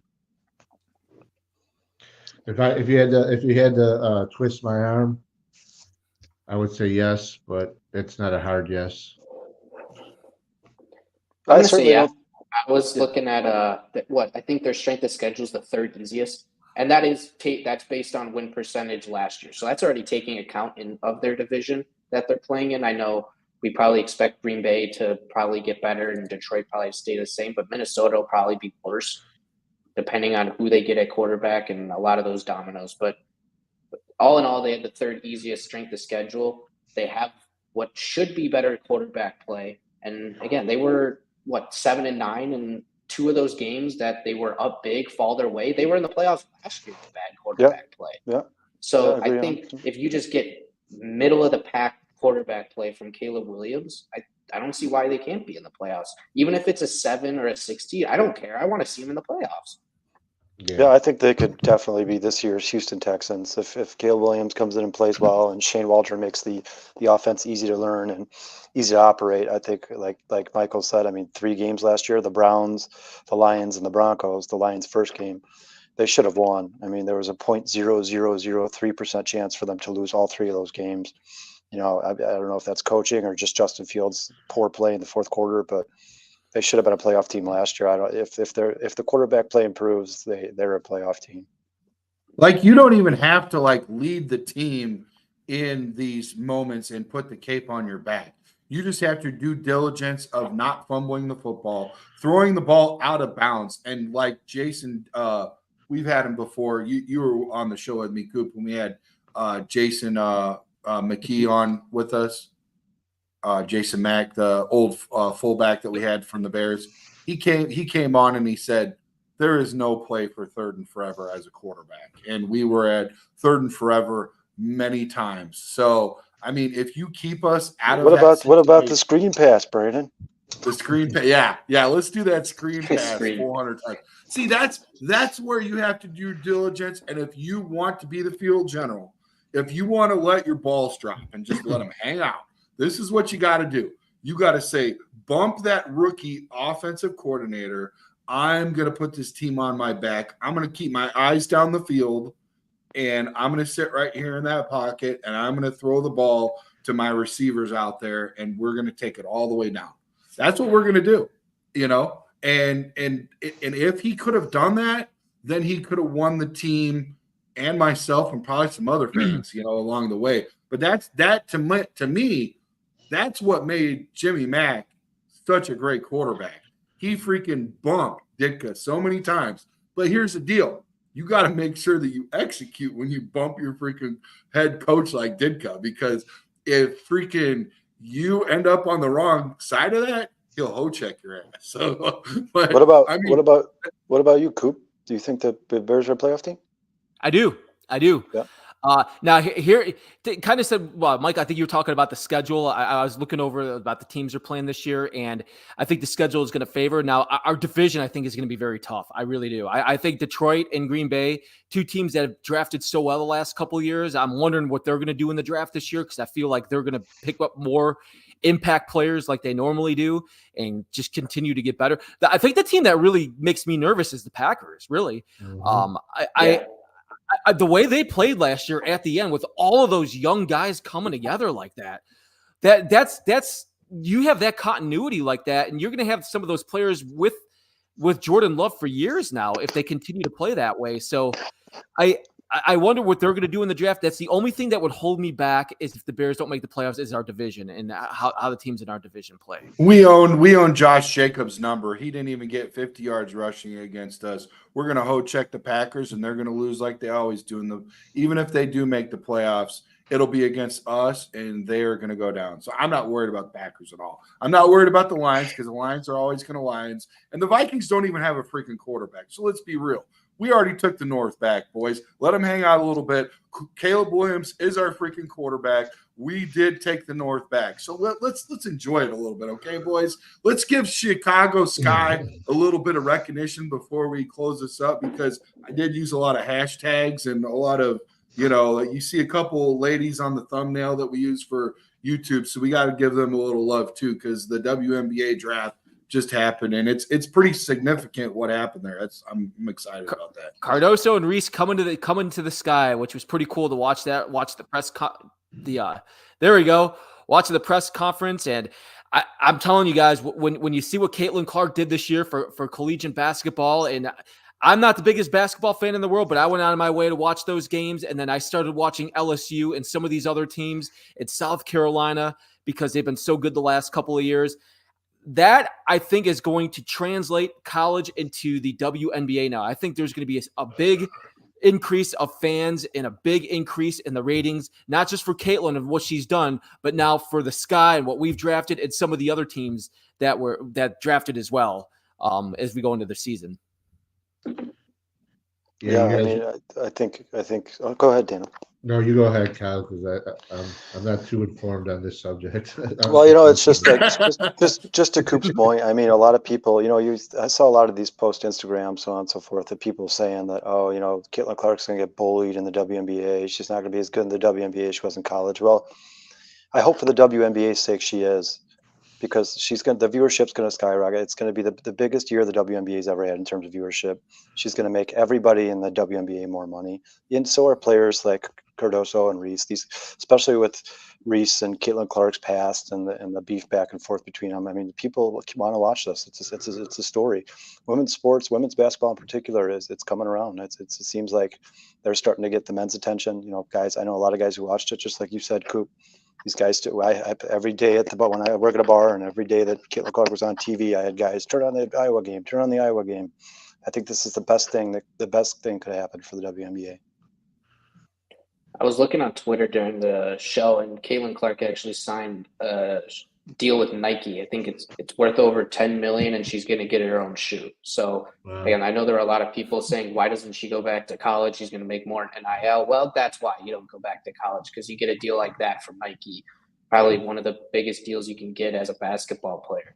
And again, when you just look at the Sky as a general, I mean, I know the Angel Reese, Caitlin Clark rivalry kind of heated up a lot over the last 2 years, but if you want to look at it from a different way, Cardoso and Reese had a little bit of beef when they played each other in college in the tournament.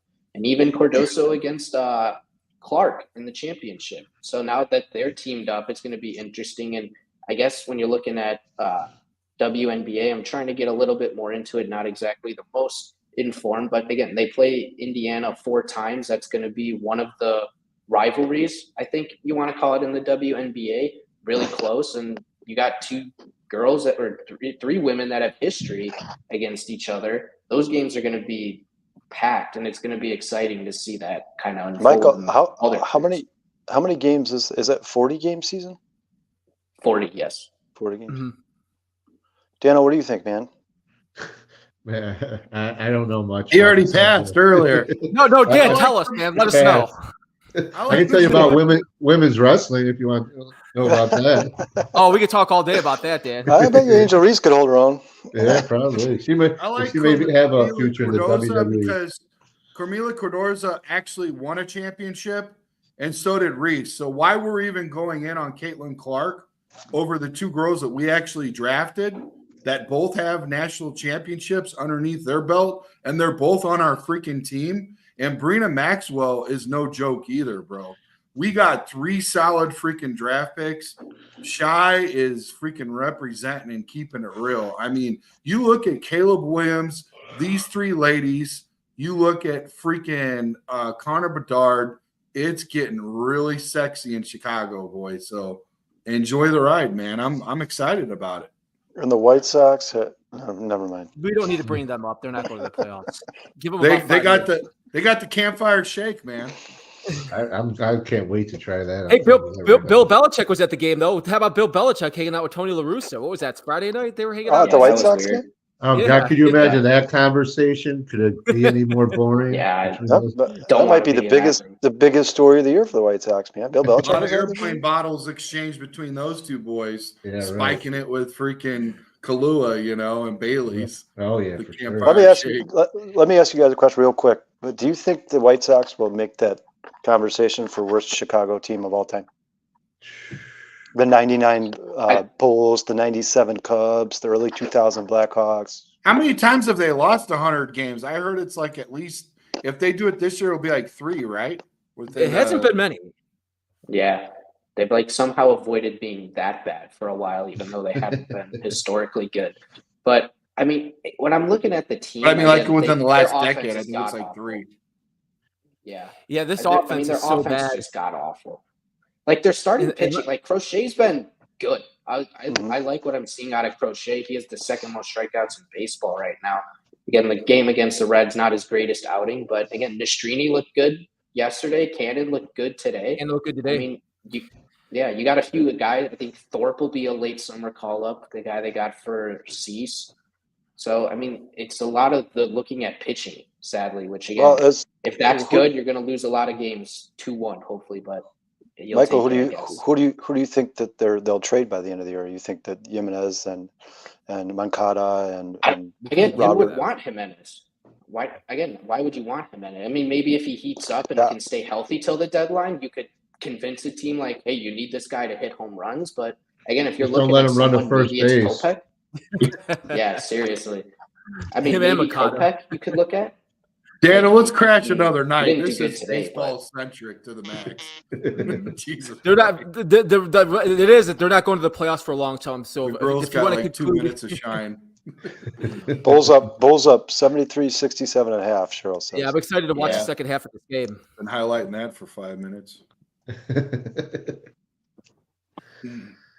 So I'm thank not you gonna guys. watch Thank you. I can't wait. I'm gonna go watch it now in a second here. I'm excited for the second half. Yeah, Um, should be fun. I love playoff, but I'm different though. I love playoff basketball. This time of the year, watching playoff hockey first, and then playoff basketball, and I can watch it all day. Well, if the And Bulls get there, I'll watch. even if they get there Saturday, let's say Yeah. if they win today and they play the Celtics, I mean, I'll be watching Saturday too. So, you got to stick with your teams, man. That's what we do here because we're all diehard fans and we all stick with our teams.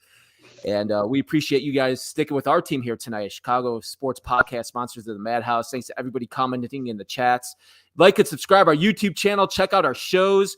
And you can also follow us along on our Facebook page. I know Cleet just wrote some great articles talking about the Cubs. Suzuki was one of the articles he wrote about. So he does a really good job. And the rest of our team that keeps you updated on Chicago sports. And Brandon, you too, man. Thank you for having us and letting us be part of this monster that you're building right now. Yeah, I'm just a writer tonight. Hey, Dano, do you Yeah. want to get on the do a quick mock draft with me? Is anybody up for it? I know Matt's got to go, but I gotta do I gotta be up in a few hours. So all right, I mean, if you Yeah, want to do, I yeah, can stick around for one. all right. Anybody can stay or no? Anybody can stay or just I'll me? stick around. I'll stick All around. right, I gotta I'll get have- to I'll the have- assignment I got due in 2 hours. all right. I'll Hey, have to head Coop, off, thanks guys. for everything, man. You did a great job, man. Tell everybody where they could find you, man. Thank you, guys. Well, you guys can listen to me 100.3 The Wolf in Knoxville and 97.3 in Birmingham, Alabama. And I appreciate your guys' support. I really do. Thank you guys so much. Thanks, Coop. Appreciate you, man. Thank you, Matt. What's the weather like over there, Coop? Dude, it was beautiful today. 75. It was like 75, 76. It's going to be 76 tomorrow. It's been in the 80s earlier in the week. Dude, the weather's been great out here. I love every second of it. Are you out in your freaking American flag thong mowing the lawn and stuff yet or no? Kyle's supposed to send me the thong, so I haven't gotten that just yet. But I'll get on it, as man. I'll soon get on it. as soon as you get that to me, Kyle, you let me know. All right. I got you. I know you come in clutch. So, but thank you guys. I appreciate everything. Yeah, Coop, Dano, Yeah. Mike, thanks, boys. Yeah, guys. Yeah.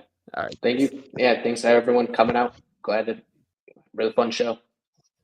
All right, let's go ahead and I'll get see you that guys. started. Go ahead. Let's and do this, get that- Trax. All right. Is Daniel still here or did he leave? I think he left. What the hell? He made it sound like he was staying, didn't he? Nah, he said he had to be up in a couple hours. Oh, he did that. Freaking okay. So let me go back over here, bro. I love this thing. I'm so excited. Have we done one of these together? I don't think so. Well, you were on that one when we had Nomad and all those guys on, but that show kind of got away from us a little bit, man. Kind of like tonight with you and the base. I got it, man. Freaking baseball, man. I love baseball. Don't get me wrong. You know, my uncle would be giving me a really hard time. Huge But, Cubs fan, man. What's Huge that? Huge Cubs fan, man. Huge Cubs fan. Yeah, I could tell. I'm actually, me and Sean are actually going to the game on May 4th. May the 4th be with you at Wrigley Field. Yeah. We're going to go check it out. Oh, you and Sean? Yeah. What's the tickets like? How much do they cost? He got it pretty early. I mean, they're playing the Brewers, so it's a little more expensive than usual. But I think around $90 a ticket. Nothing crazy. It's May 4th. What time's the game? It's a matinee game. I believe it's like noon or 2 o'clock, 1 o'clock, 2 o'clock. Okay, I'm gonna try to. I know somebody that might be able to help me out with that. If something happens, I'll let you know, and maybe we can link up, bro. Yeah, absolutely, man. Let's see here. All right, let's dive in here, Trax. Yes, sir. So you could see it. Everything's good. Yeah. Okay, here we go. Thank you, Cheryl. Appreciate you. Love the updates. You're the best. Thanks, Cheryl. I was just trying to give the women, because the NBA, the WNBA draft just happened. I'm very excited about all of it, to be honest with you. I've never really paid a whole lot of attention, but my daughter played basketball, and that's a game changer. Like, you've got a daughter. Once they start getting into different sports and stuff, it changes. Like I think, like, because I had a daughter first and then a son, it kind of like changed things for me. Whereas, like, I think if I had a boy first, I would have just been like, he would have probably been like a total meathead. Yeah, I agree, man. I mean, I'm sure Brennan's told you we played basketball. All four of us played basketball for a really long time. I will actually be watching. I'll be watching some Chicago Sky games this year for sure.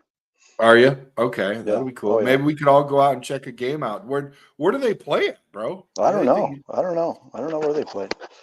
Yeah. All right, so let's get this going.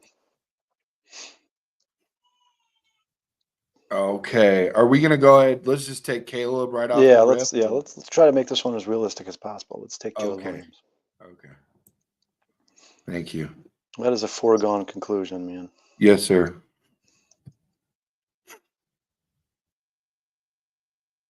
Was that your wife Elizabeth on there?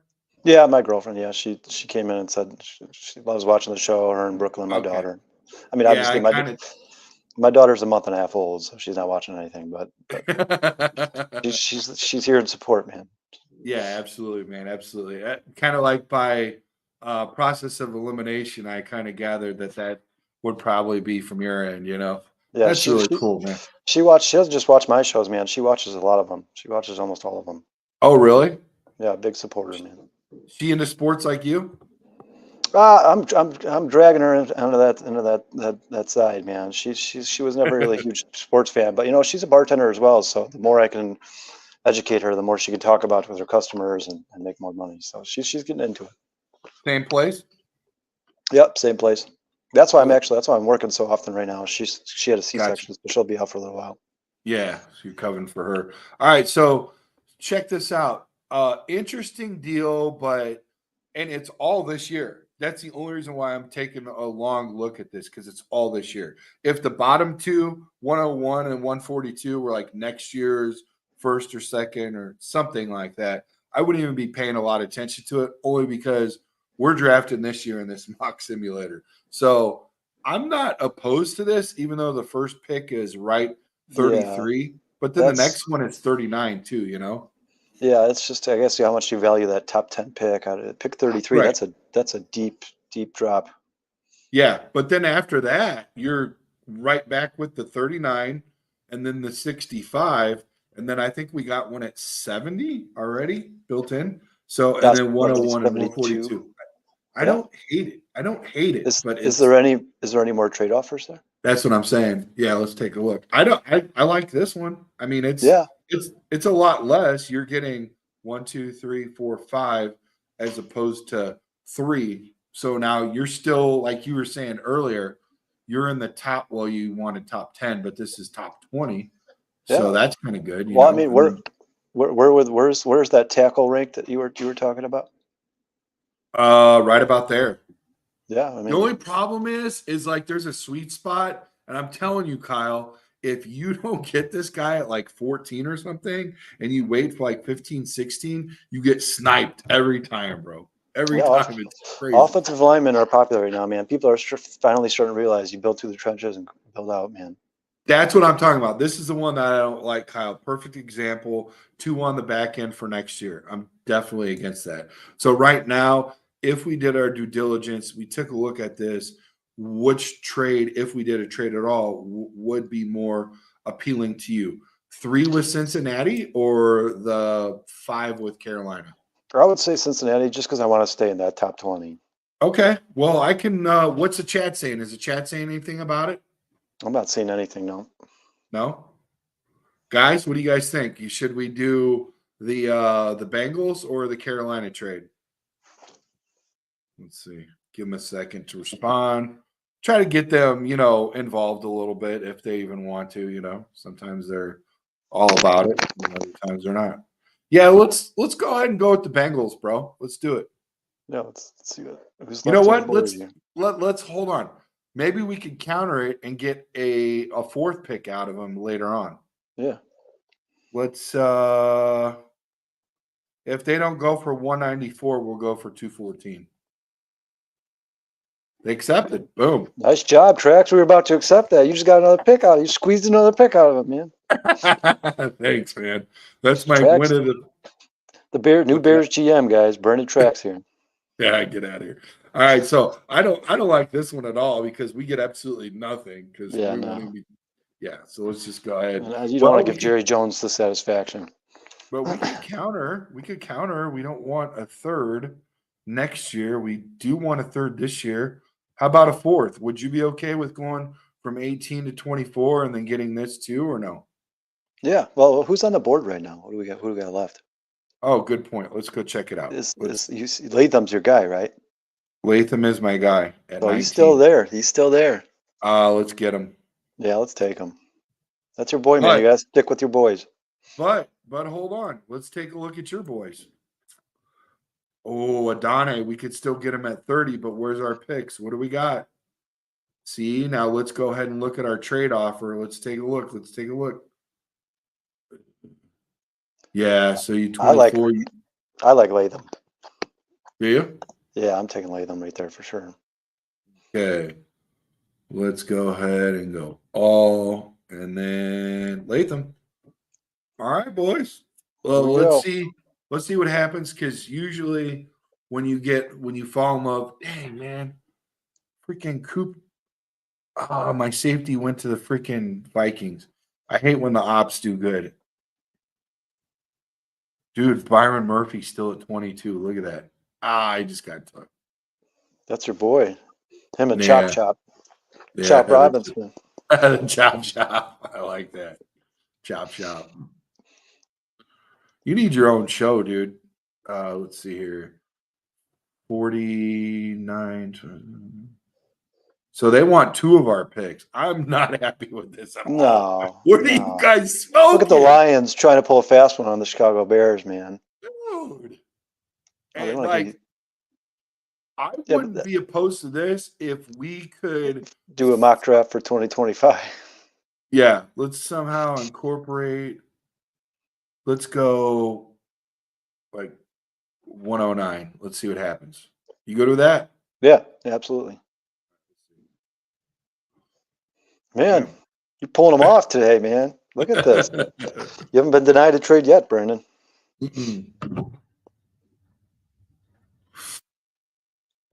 Patrick Paul, you can have that offensive lineman. You know what? That's like getting Braxton Jones in the draft. You can have him. Lighten the loafers, man. You got to have a big ass and big legs. All right. Oh, you got back-to-backs here. I don't like this at all. I don't No, even think there's. No, I'm a staying trade at 70. Probably time to start Whoa. drafting some players. Hey, this ain't Oh, bad. you're only moving. Yeah, you're only moving back 2 spots, picking up an extra pick. Hey, hold on. Look at we can go to 145. Come on, keep it going. Keep it going. I don't know, man. If they Keep it don't going. if they don't say yes to 136, we'll try to counter with 145. Okay. All right. Yeah. All right. Trade offer. Counter. 145. Yay! All right. Wheeling and dealing. Wheeling dealing, boys. Let's take a All look right. at some of these players available before we. Yeah, let's take a look at players. What do we got? Brooks from Texas. What do you got? What do you got for the wide receivers? Let me see that list real quick. Wide receivers. Boom. There you go. Roman, your boy. Your brother really likes Roman. I like Roman too, man. He's going to be good. He's going to be a good NFL Yeah. player. Yeah. Yeah. No, I don't think it was him that liked McMillan, but somebody was high on McMillan. Who's left on the offensive line? The Bears still need a center. Okay, you still got Brandon at 130 if we want to get a receiver then. Let's see here. Center. I like Limmer at 130, 138. But there's Yeah. also Tanner Bordolini at 116 if you I like like- him. Yeah, I like Bornolini. You do? Let's take Okay. let's take a center. Let's shore up this offensive line, Your- Brandon. For Your brother once- says it sounds like one of those like cheap Italian pasta boxes. The That's dry it. pasta. Bertoli. Yeah. So, all right. So, what are we doing? What did you say? Yeah, let's take the center. Let's shore up the offensive line for the first time in 10 years.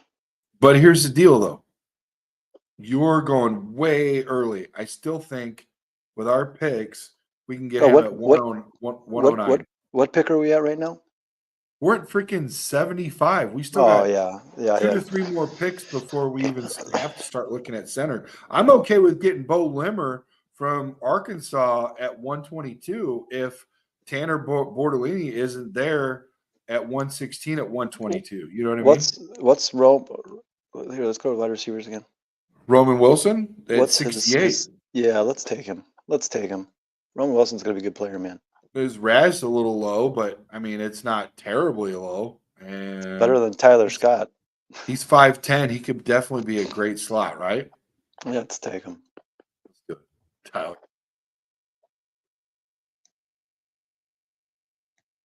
No, not trading with the ops, and I don't like what Houston had. Okay. 76. We're right back to back. Anybody else? You want to look at edge? We'll look at edge. Let's look at edge rushers. Oh, look at tackles. Look at defensive tackles. DTs. Yeah. Fisk. Smith. I like Smith from LSU. I don't know too much about Carter, but I've heard quite a bit about Sweat from Texas. Yeah, Sweat's got some legal trouble, but he was projected to be one of the top players drafted in the draft before last Yeah, year. yeah. I'm fine with I taking a chance on Sweat. I like Brady Fisk too, man. People keep saying he's just a draft or a combine darling, but I think he's going to be a good player. Damn, he's got a really high RAS, man. He had one of the best combines of any. He actually had better measurables than Aaron Donald. He's going to be a Three good player, tech. man. He can be a 5 tech or rush from 3 tech. I like that versatility. Yeah, let's give Matt Eberflus what he's been asking for since day one. I'm down. 3 tech. I'm down. Let's do it. Yeah. Now we can still get an edge at 109 and a center at 122. Oh, let's go back to draft results. Keep up with everybody. We're building This a pretty is good one- team over here, man. Dude, this is one of the better drafts. Yeah, Only man. thing I wish these boneheads would do would be to like grade us out. You know what I mean? Oh, they don't give you like a draft grade? No, but I think because it's free, you don't get all the bells and whistles, you know? That's my take on it, anyways. All right, so we're at 109. Let's take Sweat. Wet. Yeah. Another defensive tackle? You don't want an edge? Well, let's look at the edges real quick. Okay. I don't know any of these guys. The only one that I would take a chance on is Clemson's Xavier Thomas. He's got a low res, so I don't like that. Look at the measurable. Look at who's the Hunt. Oh, I think this is the one your brother likes. Jay. Yeah, Vernon loves Hunt, man. He does? Okay. I mean, it's 252. He's not too light, but he's not exactly, you know what I'm saying? Yeah. I'm not really excited about any of these guys, to be honest with you. I wouldn't mind going and getting another DT if you really want. Yeah, I mean, you can never have enough defensive tackles, man, especially since the Bears really only have one. What about Oladop? Well, that's way later. That's way late. We're like really reaching. Yeah, we're really reaching right Hey, there. you go best available. Take Sweat, man. Yeah, let's do Sweat. Yep, I agree. All right, we're rolling. Now we'll go back to your centers. Bordolini and Limmer are both available. Still there. Oh, There he goes. they hurt us. Spoke too soon. Yep. So we lose in one and gain in the other. 30 picks. Not You bad. drop- Not bad. We only dropped 8, but then And we you move gained up 30. almost. Yeah. I'm okay with that. Yeah, me too. But Is that- let's just hope that Bo's there at 130. Bo Shambo, by the way. That's what we're talking about. Bo Shambo. McCaffrey. Yeah. There he is, bro. Let's get him. Yeah, absolutely. Hell yes. Borrowed time. All right, let's see here. 1, 2, 5, 6, 7, 8, 9. 9 picks, bro. And we still got Caleb. Usually when we get into like the 9, dang, we could have almost got Brandon Rice too. Are you kidding me? Comfortability, familiarity with Caleb. Ryan Poles is all about bringing guys over from the same teams or the same schools, man. He does it a lot. Yeah. Hey, what about, is there anybody here that you like at tight end at all? I like Bell. Bell? Yeah. Okay, let's take a look. A lot of these guys, I don't really know much about them. Oh, really? I think Bell's going to be a good player. Do you? Yeah. Let's go after him. I mean, is Yeah, let's there go get any other position you think that's of? Well, let's look at this.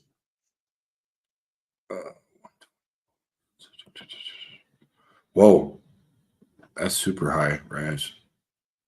I'm not opposed to grabbing a guard.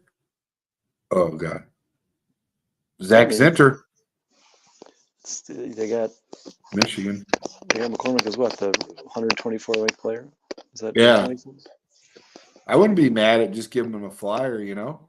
No, not at all. Offensive line, man. We've been building it for the last 10 years. Let's finish it. Okay, now at Let's 149, go look at that.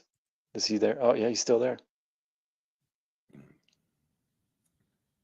This is a good draft, Brandon. yeah, buddy, man, you definitely sealed the deal on this one. You need your own freaking show, bro.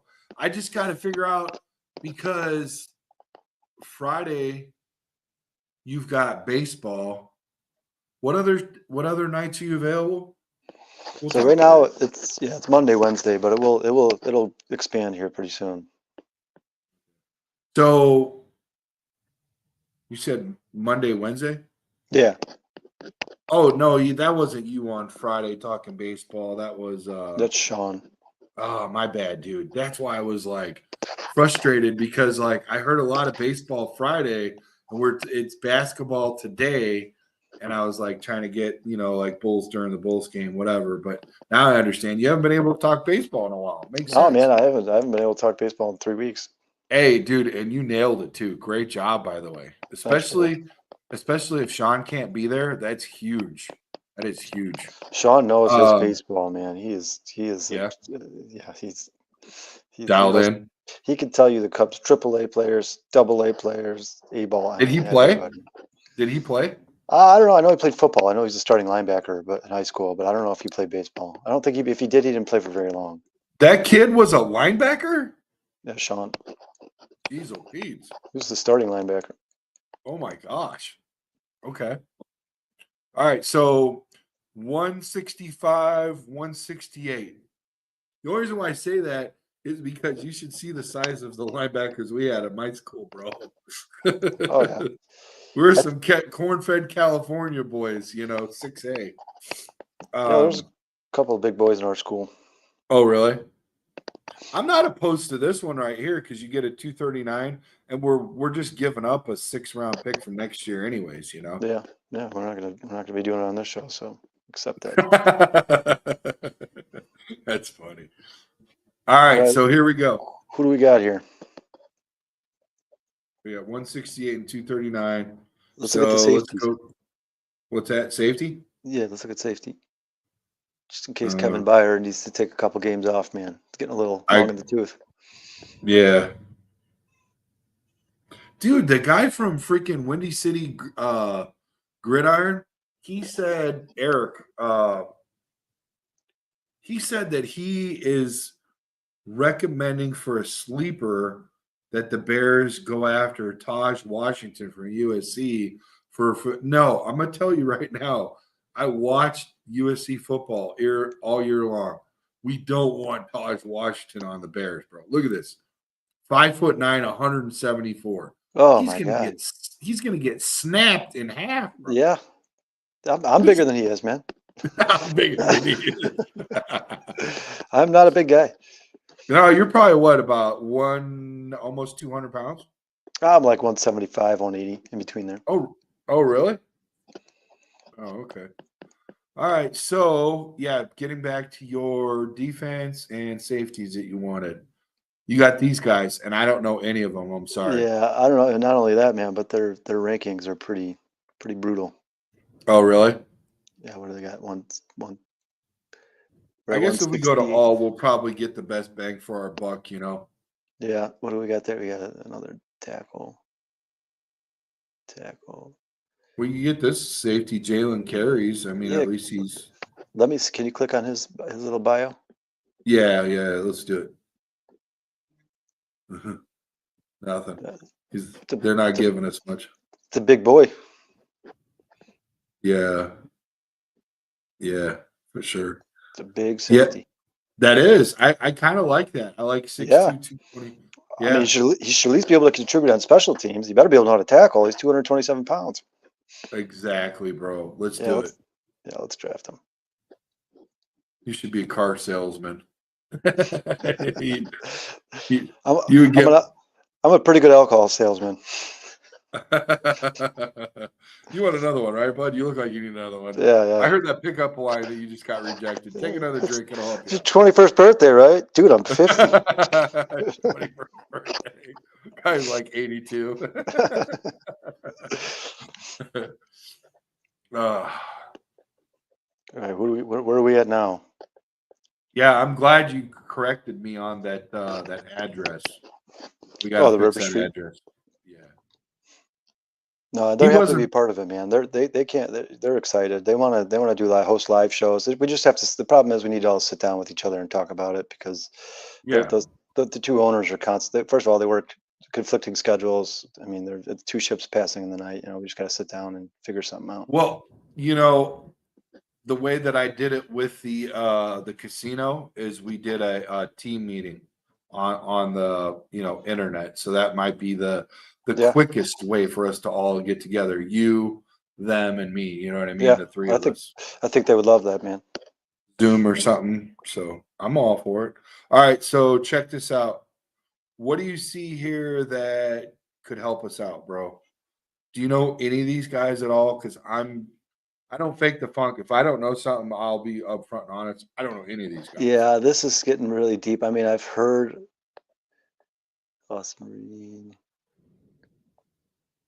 Now this is kind of interesting here. 4,746 yards, 40 touchdowns. I mean, we don't have. We got two quarterbacks, right? We could use a third.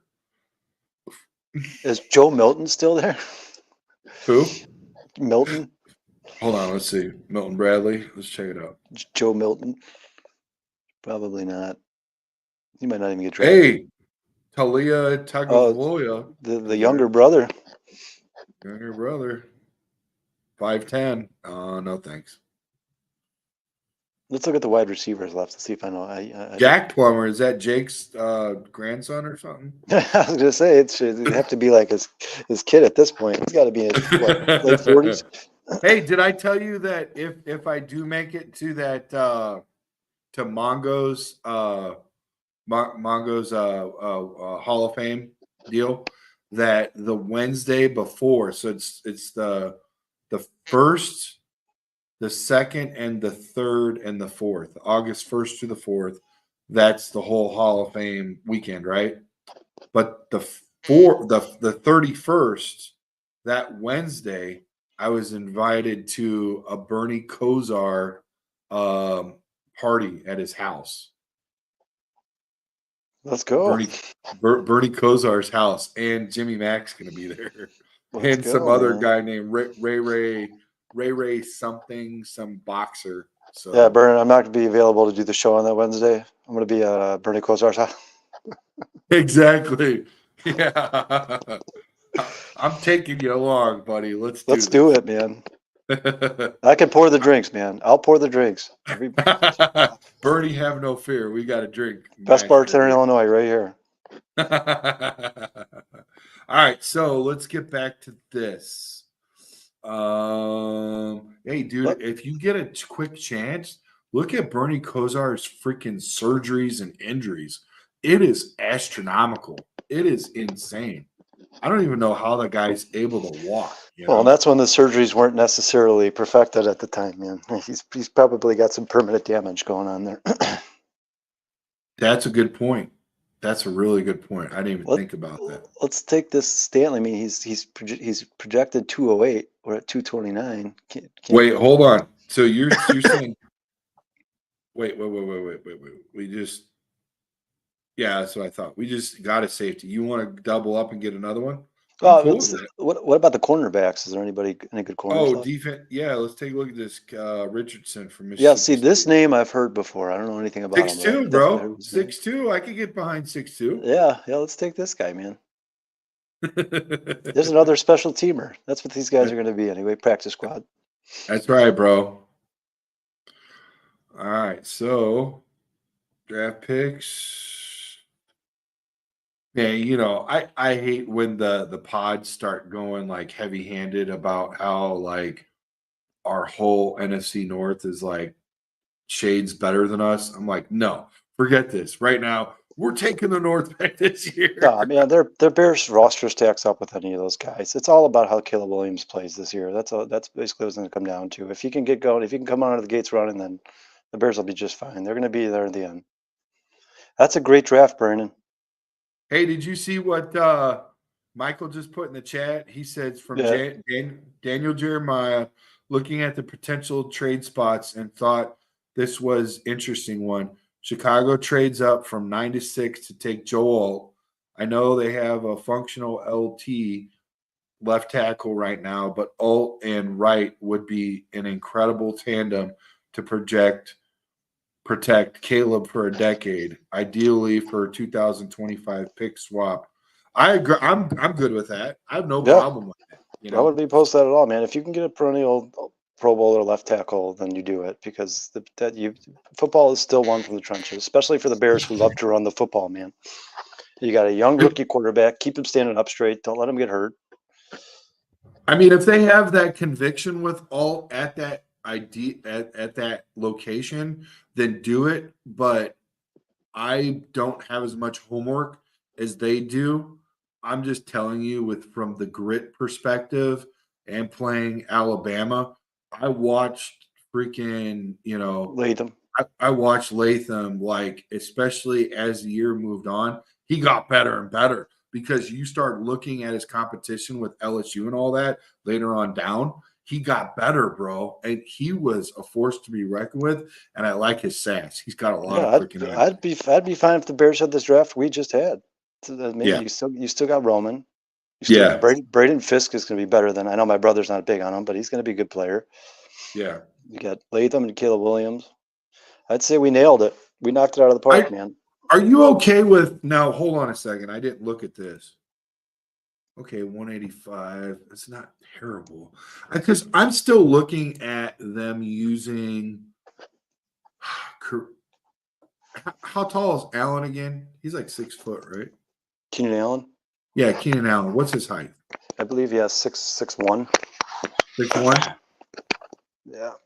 Because I really think that they brought him in to do the majority of the bulk work at slot. So I'm a little worried about drafting a slot with a slot that we already have in-house. Like, what's that going to look like when you have an X and a Z receiver? I almost wouldn't have been mad if we picked up that receiver from Alabama because they're saying that he's got like that Hines Ward type blocking, attitude to him, So, but you know what?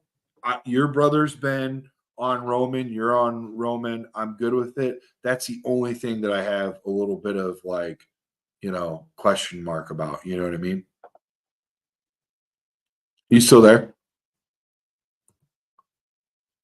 Oh, you froze up. Okay. All right. Well,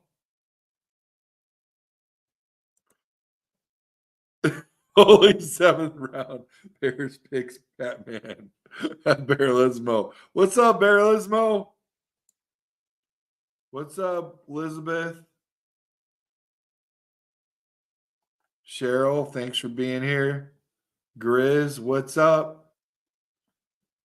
Good evening, ladies and gents. Yes, good evening.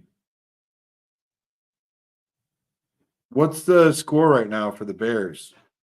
Has anybody got that? Let's go ahead and take the mock simulator down. Unless you guys want to run one back. You guys want to run one back?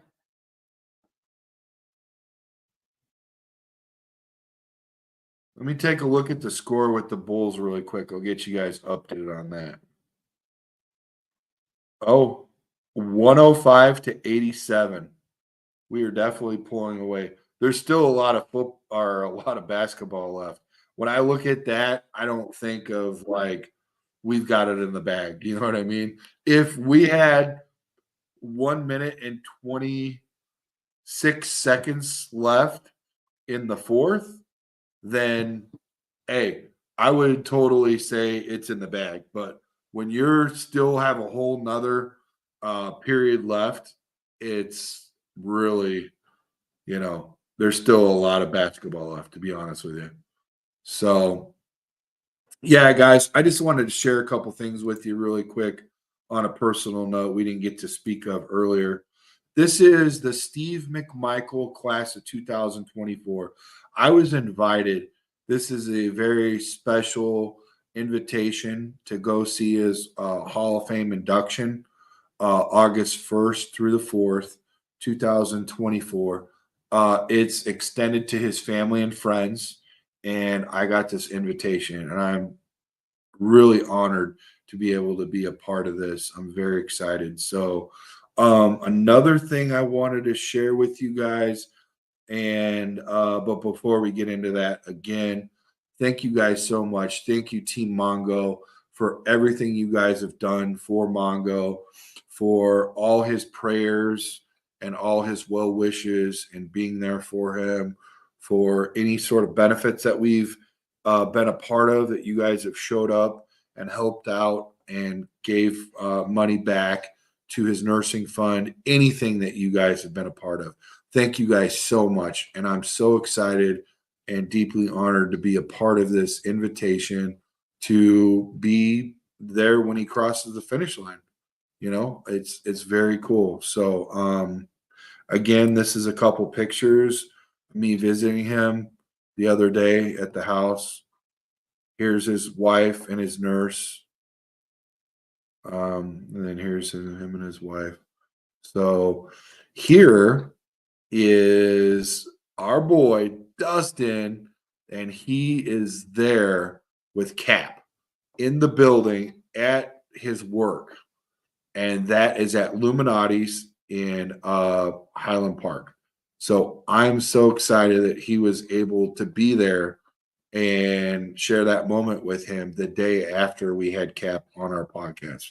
That was so cool. So things like this that are happening right now on Chicago Sports Podcast, this is really cool. This is why we do what we do. So again, special shout out to the ladies for that got picked for Chicago Sky in the draft. Camila Cordosa at 3, Angel Reese at 7, and Bryna Maxwell at 13. There's Kyle. What's up, buddy? Sorry, man. My phone just spazzed out. Oh, no. You're good. I was just going over the pictures of being at Mongo's and checking Mongo out and all that. And then also I went over the invitation and how honored I was to be a part of all that stuff. So just closing out the show and just kind of getting into all that stuff and thanking Team Mongo and everybody being there for this whole ride. And now we're almost at the finish line, and continued prayers and thoughts and well wishes for Mongo as he fights to get there to his special day so he can finally see and be enshrined. First time ever. And Brian and George McCaskey are paying for his special flight.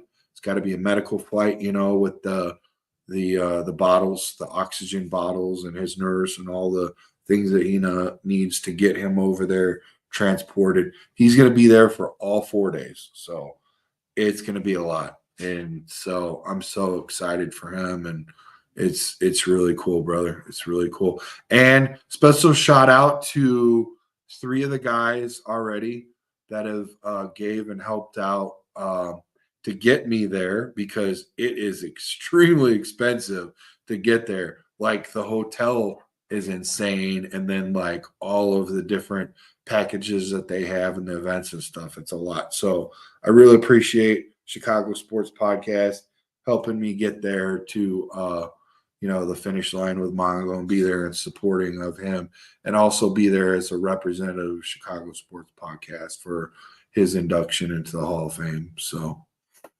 yeah, man, it's really cool. So do you have anything in closing that you'd like to bring up, Kyle? Anything you want to talk about?